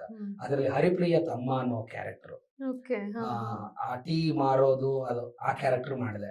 ರಿಷಬ್ ಅಣ್ಣ ಅಲ್ಲಿ ನನ್ ಪರಿಚಯ ಆದ್ರು. ನಾನು ಶೂಟ್ ಮಾಡಿದ್ದೆ 4 ದಿನ. 4 ದಿನದಲ್ಲಿ ರಿಷಬ್ ಅಣ್ಣ ನನ್ಗೆ ಎಷ್ಟು ಪರಿಚಯ ಆದಂದ್ರೆ, ಕಾಂತಾರ ಬಂದು ಆ ಮಟ್ಟಕ್ಕೆ ಹೋದ್ರು ಕೂಡ ಫಸ್ಟ್ ಕೇಳಿದ್ದು ಅಣ್ಣ ನನ್ನ ಮಗ ಯಾವ ನಾಟಕ ಮಾಡಿಸ್ತೀನಿ ಅಂತ. ರಂಗಭೂಮಿಗೆ ಎಷ್ಟೊಂದು ಪ್ರೀತಿ ಅವ್ರಿಗೆ. ಯಾವ ನಾಟಕ ಮಾಡಿಸ್ತಿದ್ಯಾ ಅಂತ. ಅಣ್ಣ ಇತ್ತೀಚೆಗೆ ಬುದ್ಧನ ಬೆಳಕು ಮಾಡಿಸಿದಣ, ಅದು ಮುಗಿಸಿ ಒಂದು ಭವರಿ ಅಂತ ನಾನೇ ಮಾಡ್ತಾ ಇದ್ದೀನಿ ಅಣ್ಣ. ಮತ್ತೆ ಕಾಲೇಜ್ ಹುಡುಗರಿಗೆಲ್ಲ ಈ agriculture, horticulture, veterinary, forestry college, sericulture ಏನಿದಾವೆ ಮೇಡಮ್, ಇಂಜಿನಿಯರಿಂಗ್ ಕಾಲೇಜ್ಗಳು, ಇಲ್ಲಿ ಫೆಸ್ಟ್ಗಳು ನಡೀತವೆ. ಅಲ್ಲಿಗೆ ಒಂದೊಂದು ಕಾಲೇಜ್ಗಳು ನಾನು ನಾಟಕ ಡೈರೆಕ್ಟ್ ಮಾಡ್ತೀನಿ. ಇಲ್ಲಿವರೆಗೆ ಒಂದು 24 ನಾಟಕಗಳನ್ನ ಡೈರೆಕ್ಟ್ ಮಾಡಿದ್ದೀನಿ. ಇಷ್ಟೆಲ್ಲ ರಂಗಭೂಮಿಲಿ ಕೆಲಸ ಮಾಡ್ತಾ ಮಾಡ್ತಾ ಮಾಡ್ತಾ ಯುವ ಸಮೂಹಕ್ಕೆ ಒಂದು ಸೇತುವೆ ತರ ರಂಗಭೂಮಿನ ಪಸರಿಸಬೇಕು ಅನ್ನೋ ಕಾರಣಕ್ಕೆ ಈಗ ಇತ್ತೀಚೆಗೆ B.Ed ಮಕ್ಕಳಿಗೆ ಪಾಠ ಮಾಡ್ತಾ ಇದ್ದೀನಿ. ರಂಗಭೂಮಿ ಅಂದ್ರೆ ಲಲಿತ ಕಲೆ ಮತ್ತು ರಂಗಭೂಮಿ ಶಿಕ್ಷಣದಲ್ಲಿ ರಂಗಕಲೆ ಅನ್ನೋ ಒಂದು ಟಾಪಿಕ್ ಇಟ್ಕೊಂಡು B.Ed ಮಕ್ಕಳಿಗೆಲ್ಲ ಪಾಠ ಮಾಡ್ತಾ ಇದ್ದೀನಿ. ಸೊ ಈ ತರದ ಮಕ್ಕಳ ಯುವ ಸಮೂಹಕ್ಕೆ ರಂಗಭೂಮಿಯ ಮಹತ್ವನ ಪರಿಚಯ ಮಾಡ್ಲೇಬೇಕು ಅನ್ನೋ ಕಾರಣಕ್ಕೆ ರಂಗಭೂಮಿ ಮೂಲಕ ಕೆಲಸ ಮಾಡ್ತಾ ಬಂದೆ, ಆರ್ಗನೈಸ್ ಮಾಡ್ತಾ ಬಂದೆ. ಅದಾದ್ಮೇಲೆ ಕಲಾವಿದರಿಗೆ ಎಲ್ಲಿ ಅನ್ಯಾಯ ಆಗ್ತದೋ ನಾವು ಒಂದು ಸಂಘಟನೆ ಮಾಡೋಣ ಅಂತ ಹೇಳಿ ಕಲ್ಯಾಣ ಕರ್ನಾಟಕ ಕಲಾವಿದರ ಒಕ್ಕೂಟ ಅಂತ ಕಟ್ಟಿದ್ವಿ. ವಿಜಯ್ ಕುಮಾರ್ ಸೋನಾರೆ, ನಾನು ಮತ್ತೆ ಮಂಜಮ್ಮ ಜೋಗತಿ ಅಧ್ಯಕ್ಷ, ಪದ್ಮಶ್ರೀ ಪ್ರಶಸ್ತಿ ಪುರಸ್ಕೃತರು ಅವರು, ಶ್ರೀನಿವಾಸಿ ಕಪ್ಪಣ್ಣ ಮತ್ತೆ ಪ್ರಕಾಶ್ ಅಂಗಡಿ, ಈ 5 ಜನ ಸೇರ್ಕೊಂಡು ಪ್ರತಿ ಹಳ್ಳಿ ಸುತ್ತಾಡಿ 2 ವರ್ಷ ನನ್ನ ಮನೆ ಮಠ ಎಲ್ಲ ಬಿಟ್ಟು ಕಲಾವಿದರನ್ನ ಒಂದು ಕಡೆ ಮಾಡಿ ಎಲ್ಲಾ ಕಲೆ ಪ್ರಕಾರಗಳನ್ನ, ಇವತ್ತು ನಮ್ಮ ಸಂಘಟನೆ 10,000 ಜನ ಕಲಾವಿದರು ಇದ್ದಾರೆ. ಸೊ ಅಲ್ಲಿಗೆ ಸರ್ಕಾರ ಮಟ್ಟದಲ್ಲಿ ಎಲ್ಲವೂ ಕಲಾವಿದರಿಗೆ ಅನ್ಯಾಯ ಆಗುವಾಗ ಸರ್ಕಾರದಿಂದ ಒಂದಷ್ಟು ಅನುದಾನಗಳನ್ನ, ಒಂದಷ್ಟು ವಿಶೇಷ ಯೋಜನೆಗಳನ್ನ ತರೋ ನಿಟ್ಟಿನಲ್ಲಿ ಹೋರಾಟಗಳನ್ನ ಮಾಡ್ತಾ ಬಂದೆ. ಆಮೇಲೆ ನಮ್ಮ ಭಾಗದಲ್ಲಿ ಹೋರಾಟಗಾರನ ಗುರುತಿಸ್ಕೊಳ್ಳಕ್ಕೆ ಮುಖ್ಯ ಕಾರಣ ನನ್ನ ನೆಲದ ಮಣ್ಣ ಆಧಾರ ಮೇಡಮ್. ನನ್ನದು ನೆಲ ಬಂದು ಎಡೆದೊರೆ ನಾಡು. ಮತ್ತೆ ಇನ್ನೊಂದೇನಂದ್ರೆ ಇಡೀ 40% ಕರ್ನಾಟಕಕ್ಕೆ ಬೆಳಕನ್ನ ಕೊಟ್ಟು ನಾವು ಕತ್ಲಲ್ಲಿ ಇರ್ತಕ್ಕಂಥ ನಾಡು. ಶಕ್ತಿನಗರ ಅಂತ ಒಂದಿದೆ ವಿದ್ಯುತ್ ಕೇಂದ್ರ. ಹಟ್ಟಿ ಚಿನ್ನದ ಗಣಿ, ಬೇರೆಯವ್ರಿಗೆಲ್ಲ ಚಿನ್ನ ಕೊಡ್ತೀವಿ ಮೇಡಮ್, ನಮ್ ತಟ್ಟೆಗೆ ಕನ್ನ ಬಿದ್ದಿದೆ. ಸೊ ಹಾಗಾಗಿ ಈ ತರದ ಒಂದು ನೋವುಗಳು ನಮ್ಗೆ, ನಾನು ಯಾವತ್ತೂ ಇನ್ನೊಬ್ಬರು ನೋವಿಗೆ ಕಣ್ಣೀರ್ ಹಾಕಿದ್ರೆ ಬಿಟ್ರೆ ನನ್ನ ನೋವು ಯಾವತ್ತೂ ಕಣ್ಣೀರ್ ಹಾಕಿಲ್ಲ. ಹಂಗೆ ಬರ್ತಾ ಬರ್ತಾ ಬರ್ತಾ ಬರ್ತಾ ಮಾಡ್ತಾ ಹೋರಾಟಗಳನ್ನ ಮಾಡ್ತಾ ಏಮ್ಸ್ಗಾಗಿ ಹೋರಾಟ ಮಾಡಿದ್ವಿ. ಏಮ್ಸ್ ನಮ್ಗೆ ಕೊಡ್ಲೇಬೇಕಂತ 2 ವರ್ಷದಿಂದ ಹೋರಾಟ ಮಾಡಿದೆ. ಆಮೇಲೆ ಅಲ್ಲಿ ಮಧು ಪತ್ತಾರ್ ಅಂತ ಒಂದು ಹೆಣ್ಣು ಮಗಳನ್ನ ಅತ್ಯಾಚಾರ ಮಾಡಿದಾಗ ಬೆಂಗಳೂರಿನಲ್ಲಿ ದೊಡ್ಡ ಮಟ್ಟದ ಒಂದು ಹೋರಾಟ ಮಾಡಿದ್ವಿ. ಈ ತರ ಹೋರಾಟಗಳಿಂದನೇ ಬರ್ತಾ ಹೋರಾಟ ನನ್ನ ಬದುಕನ್ನ ತುಂಬಾ ಪ್ರಬುದ್ಧವನ್ನಾಗಿ ಮಾಡಿದೆ. ರಂಗಭೂಮಿ ಪ್ರತಿಯೊಬ್ಬ ಮನುಷ್ಯನು ಮಾಡ್ಲೇಬೇಕು, ಕಲಾವಿದನಾಗೋದಕ್ಕೋಸ್ಕರ ಮಾಡಬಾರ್ದು ಅನ್ನೋ ನಿಟ್ಟಿನಲ್ಲಿ ಯೋಚನೆ ಮಾಡಿ ರಂಗಭೂಮಿನ ಯುವ ಸಮೂಹಕ್ಕೆ ತಲುಪಿಸೋ ಕೆಲಸ ಮಾಡ್ತಾ ಮಾಡ್ತಾ ಬಂದೆ. ಅಲ್ಲಿಂದ ಅಂದ್ರೆ ನಾನು ಪೇಂಟರ್ ಆಗಿ ಕೆಲಸ ಮಾಡೋದ್ರಿಂದ ಹಿಡಿದು, ಗಾರೆ ಕೆಲಸದಿಂದ ಹಿಡಿದು ಇವತ್ತು ಕರ್ನಾಟಕ ಸರ್ಕಾರದ ರಂಗಾಯಣ ಅಂತ ಏನಿದೆ ಸಂಸ್ಥೆಗಳು, ಅದರದ ರಂಗ ಸಮಾಜ ಮೆಂಬರ್ ಆಗಿ ಸರ್ಕಾರವೇ ನನ್ನ ಗುರುತಿಸಿ ನಾನು ಮೆಂಬರ್ ಮಾಡಿದೆ. ಈ ಮಟ್ಟಕ್ಕೆ ರಂಗಭೂಮಿ ಕೆಲಸ ಮಾಡ್ಕೊಂಡ್ ಬಂದೆ. ಈಗ ಕಾಂತಾರ ಎನ್ನುವ ಮೂಲಕ ನಾನು ಒಂದಷ್ಟು ಜನಕ್ಕೆ ಕಾಣಿಸ್ತಾ ಇದ್ದೀನಿ. ಇದು ನಂದು ಕಾಂತಾರ 14ನೇ ಸಿನಿಮಾ. ಪುಟ್ಟರಾಜು ಲವರ ಶಶಿಕಲಾ ಅಂತ ಒಂದು ಬಂತು ಮೇಡಮ್ ಸಿನಿಮಾ. ಲಾಕ್ ಡೌನ್ ಅಲ್ಲಿ ಇಡೀ ಯುವ ಸಮೂಹಕ್ಕೆ ಎಂಟರ್ಟೈನ್ಮೆಂಟ್ ಪೀಸ್ ಯಾರಿದ್ರೆ ಅದು ನಾನೇ. ಅಷ್ಟೊಂದು ಕಾಮಿಡಿ ವೈರಲ್ ಆಗ್ಬಿಡ್ತು. ಇವತ್ತು ಎಲ್ಲೇ ಹೋದ್ರು ನನ್ನನ್ನ ಗುರುತಿಸೋದು ಬೆಲ್ ಬಾಟಮ್, ಪುಟ್ಟರಾಜು ಲವರ ಶಶಿಕಲಾ. ಬಜರಂಗಿ 2 ಸಿನಿಮಾ ಮಾಡಿದೆ ಶಿವಣ್ಣನ ಜೊತೆ. ಆಮೇಲೆ ವೇದ ಸಿನಿಮಾ ಮಾಡಿದೆ. ಆಮೇಲೆ ಸುಮಾರು ಸಿನಿಮಾಗಳು ಮಾಡಿದೆ. ಮೊನ್ನೆ ಇತ್ತೀಚೆಗೆ ರಾಜ ರತ್ನಾಕರ ಅಂತ ಒಂದು ಸಿನಿಮಾ ಬಂತು, ಅದರಲ್ಲಿ ತುಂಬಾ ಮುಖ್ಯ ಪಾತ್ರ ಮಾಡಿದೆ. ಅವೆಲ್ಲವೂ ಈ ಜನ ನನ್ನೆಲ್ಲೂ ಗುರುತಿಸಲ್ಲ. ಫಸ್ಟ್ ಕರಡಿ ಸೀನ್ ಅಲ್ವಾ ಅಂತ ನೋಡ್ತಾರೆ, ಅದೇ ನಾನು ಗುರುತಿಸೋದು. ಆಮೇಲೆ ಈ ಕಾಂತಾರ ಸಿನಿಮಾ, ಈ ಹಿಂದಿನ ಸಿನಿಮಾಗಳಿಗೆಲ್ಲ ಪ್ರತಿಯೊಬ್ರು ಮೆಸೇಜ್ ಆಗ್ತಿದೆ ಮೇಡಮ್, ಪ್ಲೀಸ್ ನಮ್ ಸಿನಿಮಾ ಬರ್ತಿದೆ ನೋಡಿ ನೋಡಿ ನೋಡಿ ನೋಡಿ ಅಂತ ಪ್ರತಿಯೊಬ್ರು ಮೆಸೇಜ್ ಮಾಡ್ತಿದ್ದೆ. ಕಾಂತಾರಕ್ಕೆ ಒಬ್ರಿಗೆ ಒಬ್ರು ಮೆಸೇಜ್ ಮಾಡಿಲ್ಲ, ಎಲ್ರು ನೋಡಿ ನನ್ ಮೆಸೇಜ್ ಮಾಡ್ತೀಯ. ಇಷ್ಟೇ ವ್ಯತ್ಯಾಸ ಆಗಿದೆ ಮೇಡಮ್, ನಿಜವಾಗ್ಲು ಇಷ್ಟ ತುಂಬಾ ದೊಡ್ಡ ವ್ಯತ್ಯಾಸ ಇದು. ಚೆನ್ನಾಗಿದೆ ಸರ್ ಇವ್ರ ಸ್ಟೋರಿ ಭಯಂಕರ ಇದೆ. ಅಲ್ವಾ? ಅಯ್ಯೋ, ಇನ್ನು ಹೋರಾಟಗಳೆಲ್ಲ ಕೇಳ್ಬೇಕು ನೀವು. ಸಿಕ್ಕಾಪಟ್ಟೆ ಹೋರಾಟ ಎಲ್ಲ ಮಾಡ್ಬಿಟ್ಟಿದ್ದಾರೆ. ತುಂಬಾ ಅರೆಸ್ಟ್ ಎಲ್ಲ ಆಗಿದ್ದಿದೆ. ನಾವೆಲ್ಲ ಕಷ್ಟಪಟ್ಟು ಒಂದು ಎಲ್ಲೋ ಒಂದ್ ಕಡೆ ಸುಖ ಲಾಠಿ ಕೊಟ್ಟೆ ಲಾಠಿ ಕೊಟ್ಟಂಗೆ ಲಾಠಿ ಚಾರ್ಜ್ ಇರುತ್ತೆ. ತಂದಿದ್ದಿದೆ. ನಾನು 3 ವರ್ಷ ಕೇಸ್ಗಂತ ಓಡಾಡೋದು ಮೇಡಮ್. ನ್ಯಾಯ ಕೊಡಿಸ್ಬೇಕಂತ ಹೋದವ್ ನಾ ಹೊರಗಡೆ ಇದ್ರೆ ಸುಮಾರು ಪೊಲೀಸ್ ಸ್ಟೇಷನ್ ಆ ಕಡೆ ಈ ಕಡೆ ತಿರುಗಾಡಿ ಏನಾರು ಮಾಡ್ತೀನಿ ಅಂತ ಹೇಳಿ ಒಳಗ್ ಹಾಕ್ಬಿಟ್ಟು. ನನ್ನನ್ನು ಕೂಡ ಕೇಸಲ್ಲಿ 26 ಜನರಲ್ಲಿ ನನ್ನೊಬ್ಬನ ಸೇರಿಸ್ಬಿಟ್ರು ಮೇಡಮ್. 3 ವರ್ಷ ಕೋರ್ಟ್ಗೆ ಅಲ್ದಾಡಿದ್ದೀನಿ. ತುಂಬಾ ಹೋರಾಟಗಳು ಮಾಡಿದ್ದೀನಿ ಮೇಡಮ್. ಹಾಗಾಗಿ ನಾನೊಬ್ಬ ಮನುಷ್ಯನಾಗುವುದಕ್ಕೆ ತುಂಬಾ ಹೆಲ್ಪ್ ಮಾಡಿದ್ದೆ ಒಂದು ರಂಗಭೂಮಿ. ಮೂಲತಃ ಮನುಷ್ಯ ರಾಕ್ಷಸ ಮೇಡಮ್. ನಮ್ಮಲ್ಲಿ ರಾಕ್ಷಸ ಗುಣಗಳಿದಾವೆ. ಇನ್ನೊಬ್ರಿಗೆ ಕೊರಗುವ, ಮರಗುವ, ಜೀವಿಸುವ, ಬದುಕುವ ವಾತಾವರಣ ಯಾವತ್ತೂ ಕಳ್ಕೊಂಡ್ಬಿಟ್ಟಿದ್ವಿ. ಸೊ ಹಾಗಾಗಿ ಈ ಸಾಂಸ್ಕೃತಿಕ ಅನ್ನೋ ಒಂದು ಶಬ್ದ ಇದೆಯಲ್ಲ ಗೊತ್ತಾ, ಅದು ಒಂದು ಒಳ್ಳೆ ಔಷಧಿ ಮೇಡಮ್. ನಾವು ಮತ್ತೆ ಮನುಷ್ಯ ಆಗುವುದಕ್ಕೆ ಒಂದು ಒಳ್ಳೆ ಔಷಧಿ. ಹಾಗಾಗಿ ನನಗೆ ಸಾಂಸ್ಕೃತಿಕ ಮತ್ತು ಹೋರಾಟ, ಸಿನಿಮಾ ಇದೇ ನನ್ನ ಬದುಕು, ಇದೇ ನನ್ನ ಸಮಾಜ, ಇದೇ ನನ್ನ ಜೀವನ. ಈ ಸಮಾಜವೇ ಒಂದು ವಿಶ್ವವಿದ್ಯಾಲಯ. ಪ್ರತಿಯೊಬ್ಬರು ಕೂಡ ಪಾಠ ಮಾಡ್ತಾ ಇದ್ದಾರೆ. ಅವರೆಲ್ಲರೂ ಕೂಡ ಒಬ್ಬೊಬ್ರು ಅಧ್ಯಾಪಕರು ನನಗೆ. ಈ ಪ್ರತಿಯೊಬ್ಬರ ಜೀವನದ ಬದುಕು ಏನೇನಿದಾವಲ್ಲ ಅವರೆಲ್ಲ ಒಂದೊಂದು ಟೆಕ್ಸ್ಟ್ ಮೇಡಮ್ ನನಗೆ. ಇದು ರಂಗಭೂಮಿ ಬಗ್ಗೆ ಮಾತಾಡ್ತಿರುವಾಗ ಹೇಳ್ದಲ್ಲ, ಆಲ್ಮೋಸ್ಟ್ ನೀವು ಕಾಂತಾರದಲ್ಲಿರೋರು ಎಲ್ಲರೂ ರಂಗಭೂಮಿಯವರೇ ಅಲ್ವಾ? ಹೌದು. ರಿಷಬ್ ಅಣ್ಣಗೆ ಅದೊಂದು ಪ್ರೀತಿನೇ ಬೇರೆ. ರಂಗಭೂಮಿ ನಾನು ಅಣ್ಣನ ಹತ್ರ, ಅಣ್ಣ ನಾನು ಇಷ್ಟು ಸಿನಿಮಾ ಮಾಡಿದ್ದೀನಿ ಅದು ಇದು ಅಂತ ಹೇಳೋಕ್ಕಿಂತ, ಅಣ್ಣ ನಾನು ರಂಗಭೂಮಿ ನಮಗ ಅಂತ ಅದೊಂದು ಖುಷಿನೇ ಬೇರೆ, ಅವ್ರಿಗೆ ಪ್ರೀತಿನೇ ಬೇರೆ ರಂಗಭೂಮಿಯವ್ರ ಮೇಲೆ. ಅಣ್ಣ first ಕೇಳಿದಾಗ ಆಲ್ಮೋಸ್ಟ್ ಸಿನಿಮಾದಲ್ಲಿರೋ ಎಲ್ಲರೂ ಮಂಗಳೂರಿನವರಾಗ್ಬೋದು, ಬೇರೆ ಬೇರೆ ಊರಿನವರು, ಎಲ್ಲ ಥಿಯೇಟರ್ ಅವರೇ, ಎಲ್ಲ ಥಿಯೇಟರ್ ಬ್ಯಾಕ್ಗ್ರೌಂಡ್ ಇರೋರೆ. ಭಯಂಕರ ಖುಷಿ ಅವರಿಗೆ ಥಿಯೇಟರ್ ಅವ್ರಿಗೆ ಅಂದ್ರೆ. ವುಮೆನ್ ವಾರಿಯರ್ಸ್ ಇಂದ ಹಿಡ್ಕೊಂಡು ಎಲ್ಲರೂ ರಂಗಭೂಮಿಯವರೇ. ನೀವು ಸೆಲೆಕ್ಟ್ ಆಗಿರೋ ಅಷ್ಟು ಜನ ಯಾರು ಆರ್ಟಿಸ್ಟ್ಗಳು ಸೆಲೆಕ್ಟ್ ಆಗಿದ್ದಾರೆ ಎಲ್ಲ ಹಿಂಗೋ ರಂಗಭೂಮಿಯಲ್ಲಿ ಇರೋರೆ. ಅದಕ್ಕೆ ಖುಷಿ ಅವರಿಗೆ. ಸರ್ ನಿಮ್ ಬಗ್ಗೆ ಅವ್ರು ಹೇಳ್ತಿದ್ರು ಅವಾಗ ಈ ತರ ಇರ್ಲಿಲ್ಲ, ಇವಾಗ 2 ವರ್ಷದಿಂದ ತಮ್ಮನ್ ತಾವು ತುಂಬಾ ಟ್ಯೂನ್ ಮಾಡ್ಕೊಂಡಿದ್ದಾರೆ, ಆಧ್ಯಾತ್ಮದ ಕಡೆ ಜಾಸ್ತಿ ಹೋಗಿದ್ದಾರೆ ಅಂತ ನಿಮ್ಮ ಫ್ರೆಂಡ್ಸೇ ಹೇಳಿದ್ದು. ಸೊ ನಮಗೆ ಅದನ್ನ ಫಸ್ಟ್ ಹೇಳಿ, ಅದಾದ್ಮೇಲೆ ನಿಮ್ಮ ಬ್ಯಾಕ್ ಗ್ರೌಂಡ್, ನಿಮ್ಮ ಲೈಫ್ ಬ್ಯಾಕ್ ಗ್ರೌಂಡ್ ನಮ್ಗೊಂದ್ ಸ್ವಲ್ಪ ಹೇಳಿ. ಇವ್ರಿಗೆಲ್ಲ ಹೋಲಿಸಿದ್ರೆ ನಾನು ತುಂಬಾ ಚಿಕ್ಕವನು, ನಂದೇನು ಅಷ್ಟೊಂದು ದೊಡ್ಡ ಸ್ಟ್ರಗಲ್ ಇಲ್ಲ. ಸೊ ನಮ್ಮ ರಾಯಚೂರು ಭಾಗದಲ್ಲಿ ದೊಡ್ಡವರು ಯಾರು ಚಿಕ್ಕವರು ಯಾರು ಮೀನ್ಸ್ ಅಂದ್ರೆ ಅನುಭವಗಳಲ್ಲಿ, ಕಲಿಕೆಗಳಲ್ಲಿ ನಮ್ಗಿಂತ ಮೊದಲು ಬಂದವರು. ಸೊ ನಾನು ಈಗಿನ್ನ ಹೆಜ್ಜೆ ಇಡ್ತಾರೋ ಮಗು. ನಾನು ಚಿಕ್ಕ ವಯಸ್ಸಿಂದನೂ ಆರ್ಟಿಸ್ಟ್ ಆಗ್ಬೇಕನ್ನೋ ಆಸೆ ಇತ್ತು. ಸೊ ಅಂದ್ರೆ ನಾಟಕಗಳು, ದೊಡ್ಡ ಆಟ ನಮ್ ಕಡೆ ಬಯಲಾಟ ಅಲ್ಲ. ಸೊ ನಮ್ ಕಡೆ ಎಲ್ಲರೂ ಒಂದೇ ತರ, ಒಂದು 5 ಎಕರೆ ಇದ್ರು ಒಂದು ತೀರಾ ಕಡು ಬಡವನೆ. ಸೊ ಆ ತರದ ಬಡತನದ ಫ್ಯಾಮಿಲಿಯಿಂದ ಇರೋಂತಾರೆ ಜಾಸ್ತಿ. ಇಲ್ಲಿ ಬೆಂಗಳೂರಲ್ಲಿ ಇರೋರು ಅವರೇ ಕೆಲಸ ಮಾಡೋರು, ರಾಯಚೂರು ಭಾಗ ಎಲ್ಲರೂ, ಯಾದಗಿರಿ ಎಲ್ಲರೂ ಅವರೇ ಬಂದು ಇಲ್ಲಿ ಸಿಮೆಂಟ್ ಕೆಲಸ ಮಾಡುವಂತವ್ರು. ನಾನು ಬಂದು ಮಾಡಿದ್ದೀನಿ ಅದೇ ತರ ಕೆಲಸ ಇಲ್ಲಿ. ಸೊ ಅದೇನ್ ದೊಡ್ಡ ಮಹಾ ಕಷ್ಟ ಅನ್ಸಲ್ಲ. ಇವತ್ತಿಗೂ ಮಾಡ್ತಾನೆ ಇದ್ದೀನಿ, ಮಾಡ್ತಾನೆ ಇರ್ತೀನಿ. ಅಪ್ಪ ಅಮ್ಮನ ಇವತ್ತು ಬೇರೆ ತೋಟದಲ್ಲಿ ಕೆಲಸ ಮಾಡ್ತಿದ್ದಾರೆ, ನಾನು ಸಾಧ್ಯ ಆದಾಗ ಹೋಗಿ ಕೆಲಸ ಮಾಡ್ತೀನಿ. ಸೊ ಅದ್ ನಮ್ ಕಷ್ಟ ಅಲ್ಲ. ಸೊ ನಮ್ಮ ಆಸೆಗಳಿಗೆ ಯಾವ್ದಾದ್ರು ಅಡ್ಡಿ ಆದಾಗ ಅದು ಕಷ್ಟ ಅನ್ಸುತ್ತೆ. ಸೊ ಆ ತರ ನಾನು ಚಿಕ್ಕ ವಯಸ್ಸಲ್ಲಿದ್ದಾಗ ನಾನು ದೊಡ್ಡ ಆಟದಲ್ಲೇ ಬಹಳ ಆಸಕ್ತಿ ಇತ್ತು. ನಮ್ಗೇನ್ ಭಾಗವತರು, ನಾಟಕ ಕಲ್ಸೋರು ಅಂತಾರೆ ಏನ್ ಬರ್ತಾರಲ್ಲ, ಹೋಗಿ ಕೂರ್ತಿದ್ದೆ ನಾನು ಅಲ್ಲಿ ನಾಟಕ ಹೇಳ್ಕೊಡೋರ ಹತ್ರ ಕೂತಾಗ. ಅಂದ್ರೆ ನಾವು ಸ್ವಲ್ಪ ಕೆಳ ಜಾತಿ ಆ ತರದ್ದು ಫೀಲ್ ಅವ್ರಿಗೆಲ್ಲ, ದೊಡ್ಡವ್ರಿಗೆ. ಬಟ್ ಅಂದ್ರೆ ಎಜುಕೇಶನ್ ಕನ್ನಡ ಚೆನ್ನಾಗಿ ಓದ್ತಿದ್ದೆ ನಾನು ಅವಾಗ. ಸೊ ಎಲ್ರಿಗೂ ಮಾತು ಹೇಳ್ಕೊಡ್ಬೇಕಾಗ್ತದೆ. ಚಿಕ್ಕ ನೋಟ್ ಬುಕ್ ಗಳನ್ನ ಕಟ್ ಮಾಡ್ಕೊಂಡು ಅದ್ರಲ್ಲಿ ಮಾತು ಬರೆಯೋರೆಲ್ಲ. ಸೊ ಈಗ ಐರಾವಣ ಮೈರಾವಣ ಕಥೆ ತಗೊಂಡ್ರೆ ಅದರಲ್ಲಿ ರಾವಣ, ಐರಾವಣ, ಮಹಿರಾವಣ, ಸೀತೆ, ಈ ತರ ಅಷ್ಟು ಜನರ ಮಾತು ನನಗೆ ಬರ್ತಿತ್ತು. ಕಂಠಪಾಠ ಮಾಡಿ ಅವ್ರಿಗೆ ನಾನು ಹೇಳ್ಕೊಡ್ತಿದ್ದೆ. ಸೊ ಒಂದಿನ ನಾರದನ ಪಾತ್ರ ಮಾಡೋನ್ ಕೈ ಕೊಟ್ಟ, ನೀನೇ ಮಾಡ್ಬೇಕು ಆ ಪಾತ್ರ ಅಂತ ನಮ್ಮ ನಾಟಕದ ಮೇಷ್ಟ್ರು. ಅಯ್ಯೋ, ನಮ್ಮ ಮನೇಲಿ ಕೇಳ್ಬೇಕು, ನಮ್ಮ ಅಪ್ಪ ಅಮ್ಮ ಮಾಡಕ್ ಬಿಡಲ್ಲ ಅಂತ ನಾನು. ಯಾಕಂದ್ರೆ ಭಯ ಅವ್ರಿಗೆ. ಈಗ ನಾವು ಸಣ್ಣ ಜಾತಿಯವ್ರು ಹೋಗಿ ನಾಟಕ ಏನಾದ್ರು ಮಾಡ್ತೀವಿ ಅಂತಂದ್ರೆ, ಸೊ ದೊಡ್ಡವರೆಲ್ಲ ಏನ್ ಅನ್ಕಂತಾರೆ, ಬೇಡ ಅಂದ್ಬಿಡ್ತಾರೆ. ಸೊ ಕಾಲಿಗೆಲ್ಲ ಬೀಳೋದಿರುತ್ತೆ. ನಾರದ ಅಂದ್ರೆ ದೊಡ್ಡ ಪಾತ್ರ ಅದು. ಈಗ ರಾವಣನ ಪಾತ್ರ ಮಾಡೋಣ ಬಂದು ನಮಸ್ಕಾರ ಮಾಡ್ಬೇಕು, ರಾಮನ ಪಾತ್ರ ಮಾಡೋಣ ಬಂದು ನಮಸ್ಕಾರ ಮಾಡ್ಬೇಕು. ಸೊ ಆ ತರದ ಸಿಚುವೇಶನ್ಸ್ ಇರುತ್ತೆ. ಅದು ನಮ್ಮ ಅಪ್ಪ ಅಮ್ಮನಿಗೆ ತುಂಬಾ ಚೆನ್ನಾಗಿ ಗೊತ್ತು, ಇದೆಲ್ಲ ದೊಡ್ಡವರೆಲ್ಲ ಮಾಡ್ತಿರೋದು ಅಂತ. ಬಟ್ ನನಗೊಳಗ ಆಸೆ ಒಂದು ಮಾಡ್ಬೇಕು ನಾನು ಆ ಪಾತ್ರ ಅಂತ. ಹಾಡುಗಳು ಚೆನ್ನಾಗಿ ಹೇಳ್ತಿದ್ದೆ. ತುಂಬಾ ಚಿಕ್ಕ ವಯಸ್ಸು, ನಾನು 5th ಸ್ಟ್ಯಾಂಡರ್ಡ್ ಏನೋ ಇದ್ದೆ. 11 ವರ್ಷ ನನ್ಗಾಗ. ನಾನು ಹೋಗಿ ಮನೆಗೆ ಹೋಗಿ ಒಂದಿನ ಕೇಳೇಬಿಟ್ಟೆ, ಯಪ್ಪ ನಾಟಕ ಮಾಡಕ್ಕ, ನಾಟಕದ ಮಾಸ್ತರ್ ಹೇಳಕತ್ತೆ, ನಾ ಮಾಡ್ತೀನಿ ನಾನು, ಮತ್ತೆ ಹೆಂಗ ಹ್ಞೂ ಅಂದ್ರ ಮಾಡ್ತೀನಿ. ಬ್ಯಾಡಲಿ, ನಿನಗೆ ಯಾಕೆ ಬೇಕದು ಹುಚ್ಚು, ನಮ್ ಮುಂದೆ ಹಿಂದಕ್ಕೆಲ್ಲ ಆಡಿ ಅನುಭವಿಸ್ಯಾರ ನಮ್ಮ ಮನೆಗೆ ದೊಡ್ಡವರು, ನೀನ್ ಮಾಡೋದ್ ಬೇಡ ಅಂತ ಅಂದ್ಬಿಟ್ಟ. ನಾನು ಹತ್ಕೊಂಡು ಕೂತ್ಬಿಟ್ಟೆ, ಇಲ್ಲ ನಾನು ಮಾಡ್ತೀನಿ ಅಂದ್ರೆ ಮಾಡ್ತೀನಿ. ಬ್ಯಾಡ ಅಂದ್ರೆ ಬೇಡ ಅಂತ ಬೈದು ಇದ್ ಮಾಡ್ಬಿಟ್ರು. ನನ್ನ ಸಮಾಧಾನ ಮಾಡಿದ್ರು, ಆದ್ರೂ ತಡೀತಿಲ್ಲ. ಅಲ್ಲಿ ನಮ್ಮ ಮನೆಯಿಂದ ಒಂದು 500 ಮೀಟರ್ ಅಷ್ಟೇ. ಅದು ನಾಟಕದ ಮಾತುಗಳು ಕೇಳ್ಬಿಟ್ರೆ ನೀವು ಬಯಲಾಟದ ಮಾತುಗಳು ಎಂತ ಶಬ್ದ ಅಂದ್ರೆ, ಅದು ಒಂದು ಉದಾಹರಣೆ ಕೊಡ್ತೀನಿ ನಿಮಗೆ. ಎಲ್ಲಿಗೂ ಕೇಳಿಸುತ್ತೆ. ವಿತೌಟ್ ಮೈಕು 2 ಕಿಲೋಮೀಟರ್ ಸೌಂಡ್ ಹೋಗುತ್ತೆ.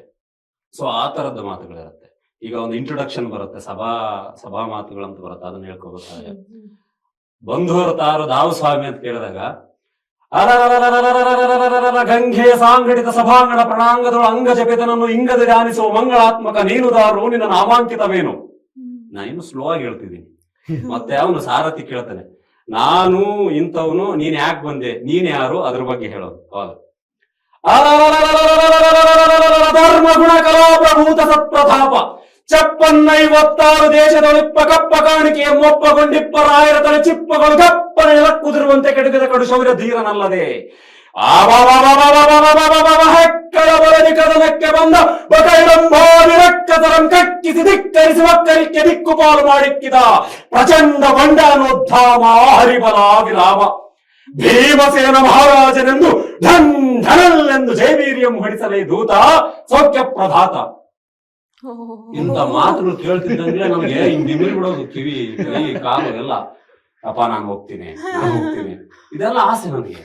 ಇದೆಂತ ವೈಬ್ರೇಟ್ ಕೊಡುತ್ತೆ ಓದೆ ಅಲ್ಲಿ ಕೂತ್ಕೊಂಡೆ ಅವ್ರು ಬಾಬಾ ಅಂತಿದ್ದಾರೆ.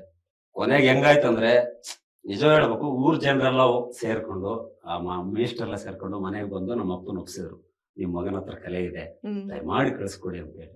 ನೀವೇನ್ ಅಂದ್ರೆ ನಮ್ ಕಡೆ ದುಡ್ಡು ಕೊಟ್ಟು ಆಡ್ತಾರೆ, ನಾವೇ ದುಡ್ಡು ಕೊಟ್ಟು ನಾಟಕ ಆಡೋದು ಬೇಸಿಗೆ ಟೈಮಲ್ಲಿ ಈ ತರದ್ ಆ ತರದ್ದಂತ. ನಾವು ಬಡವರಲ್ಲ, ನೀವು ದುಡ್ಡು ಕೊಡೋದು ಬೇಡ, ವಾರಕ್ಕೂ ಯಾವಾಗ ಪಾಳೆ ಬರುತ್ತಾ ಪಾಳೆ ಬಂದು ಊಟ ಕೊಡ್ರಿ ಮಾಸ್ಟರ್ಗೆ ಅಷ್ಟೇ, ಅಡಿಗೆ ಮಾಡ್ಕೊಡ್ರಿ ಅನ್ನೋ. ನನಗೂ ಬಹಳ ಖುಷಿ ಆಗೋಗ್ಬಿಡ್ತು. ಅಡಿಗೆ ಅವ್ರಿಗೆ ಒಂದ್ ಸ್ವಲ್ಪ ಏನಾದ್ರು ತೀರ್ಥ ಆ ತರದ್ ತಗೊಂಡು ಕೊಡೋದಷ್ಟೇ ಇತ್ತು ಬಿಟ್ರೆ.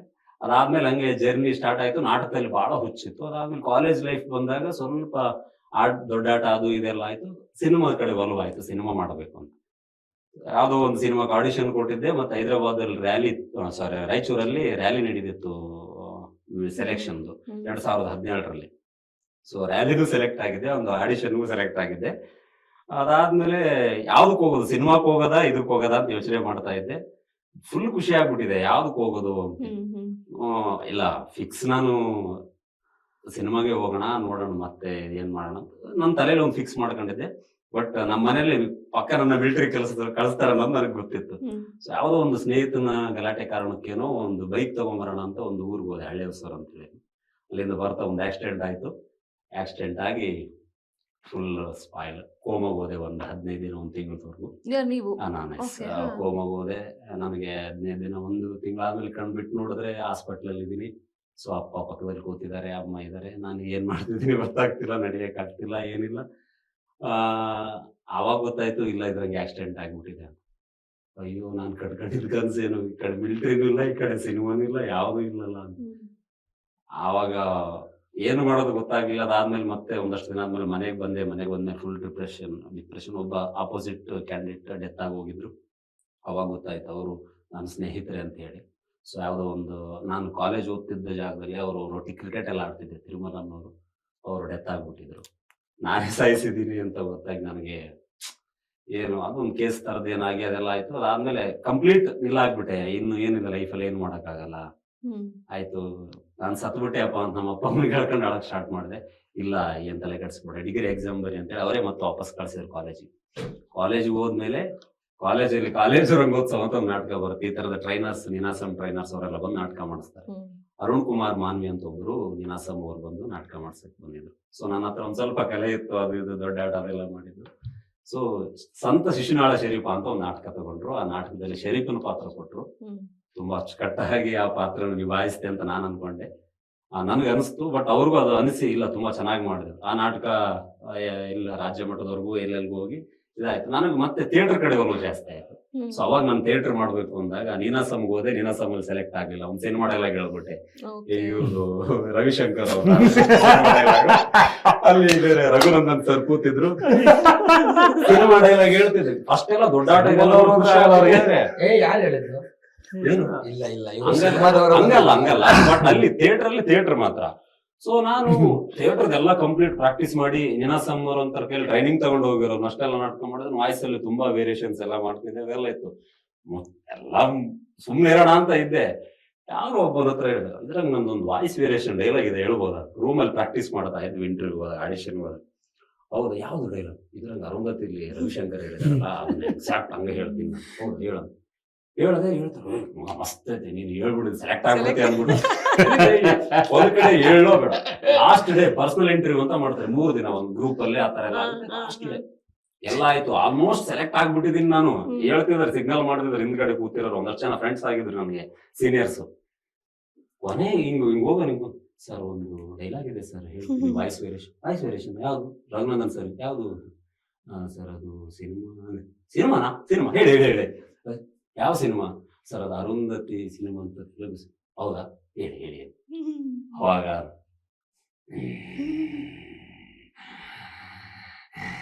ನಂಗೆ ಭಯ ಆಗತ್ತೆ. కింద పండై పర్వానికొచ్చింది నా ఆకలి తీర్చే వయస్సు నీకొచ్చింది.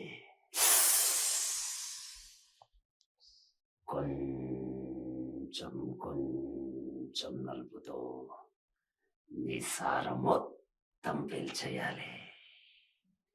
రప్పిస్తా, నిన్ను కత్వాలికి రప్పిస్తా.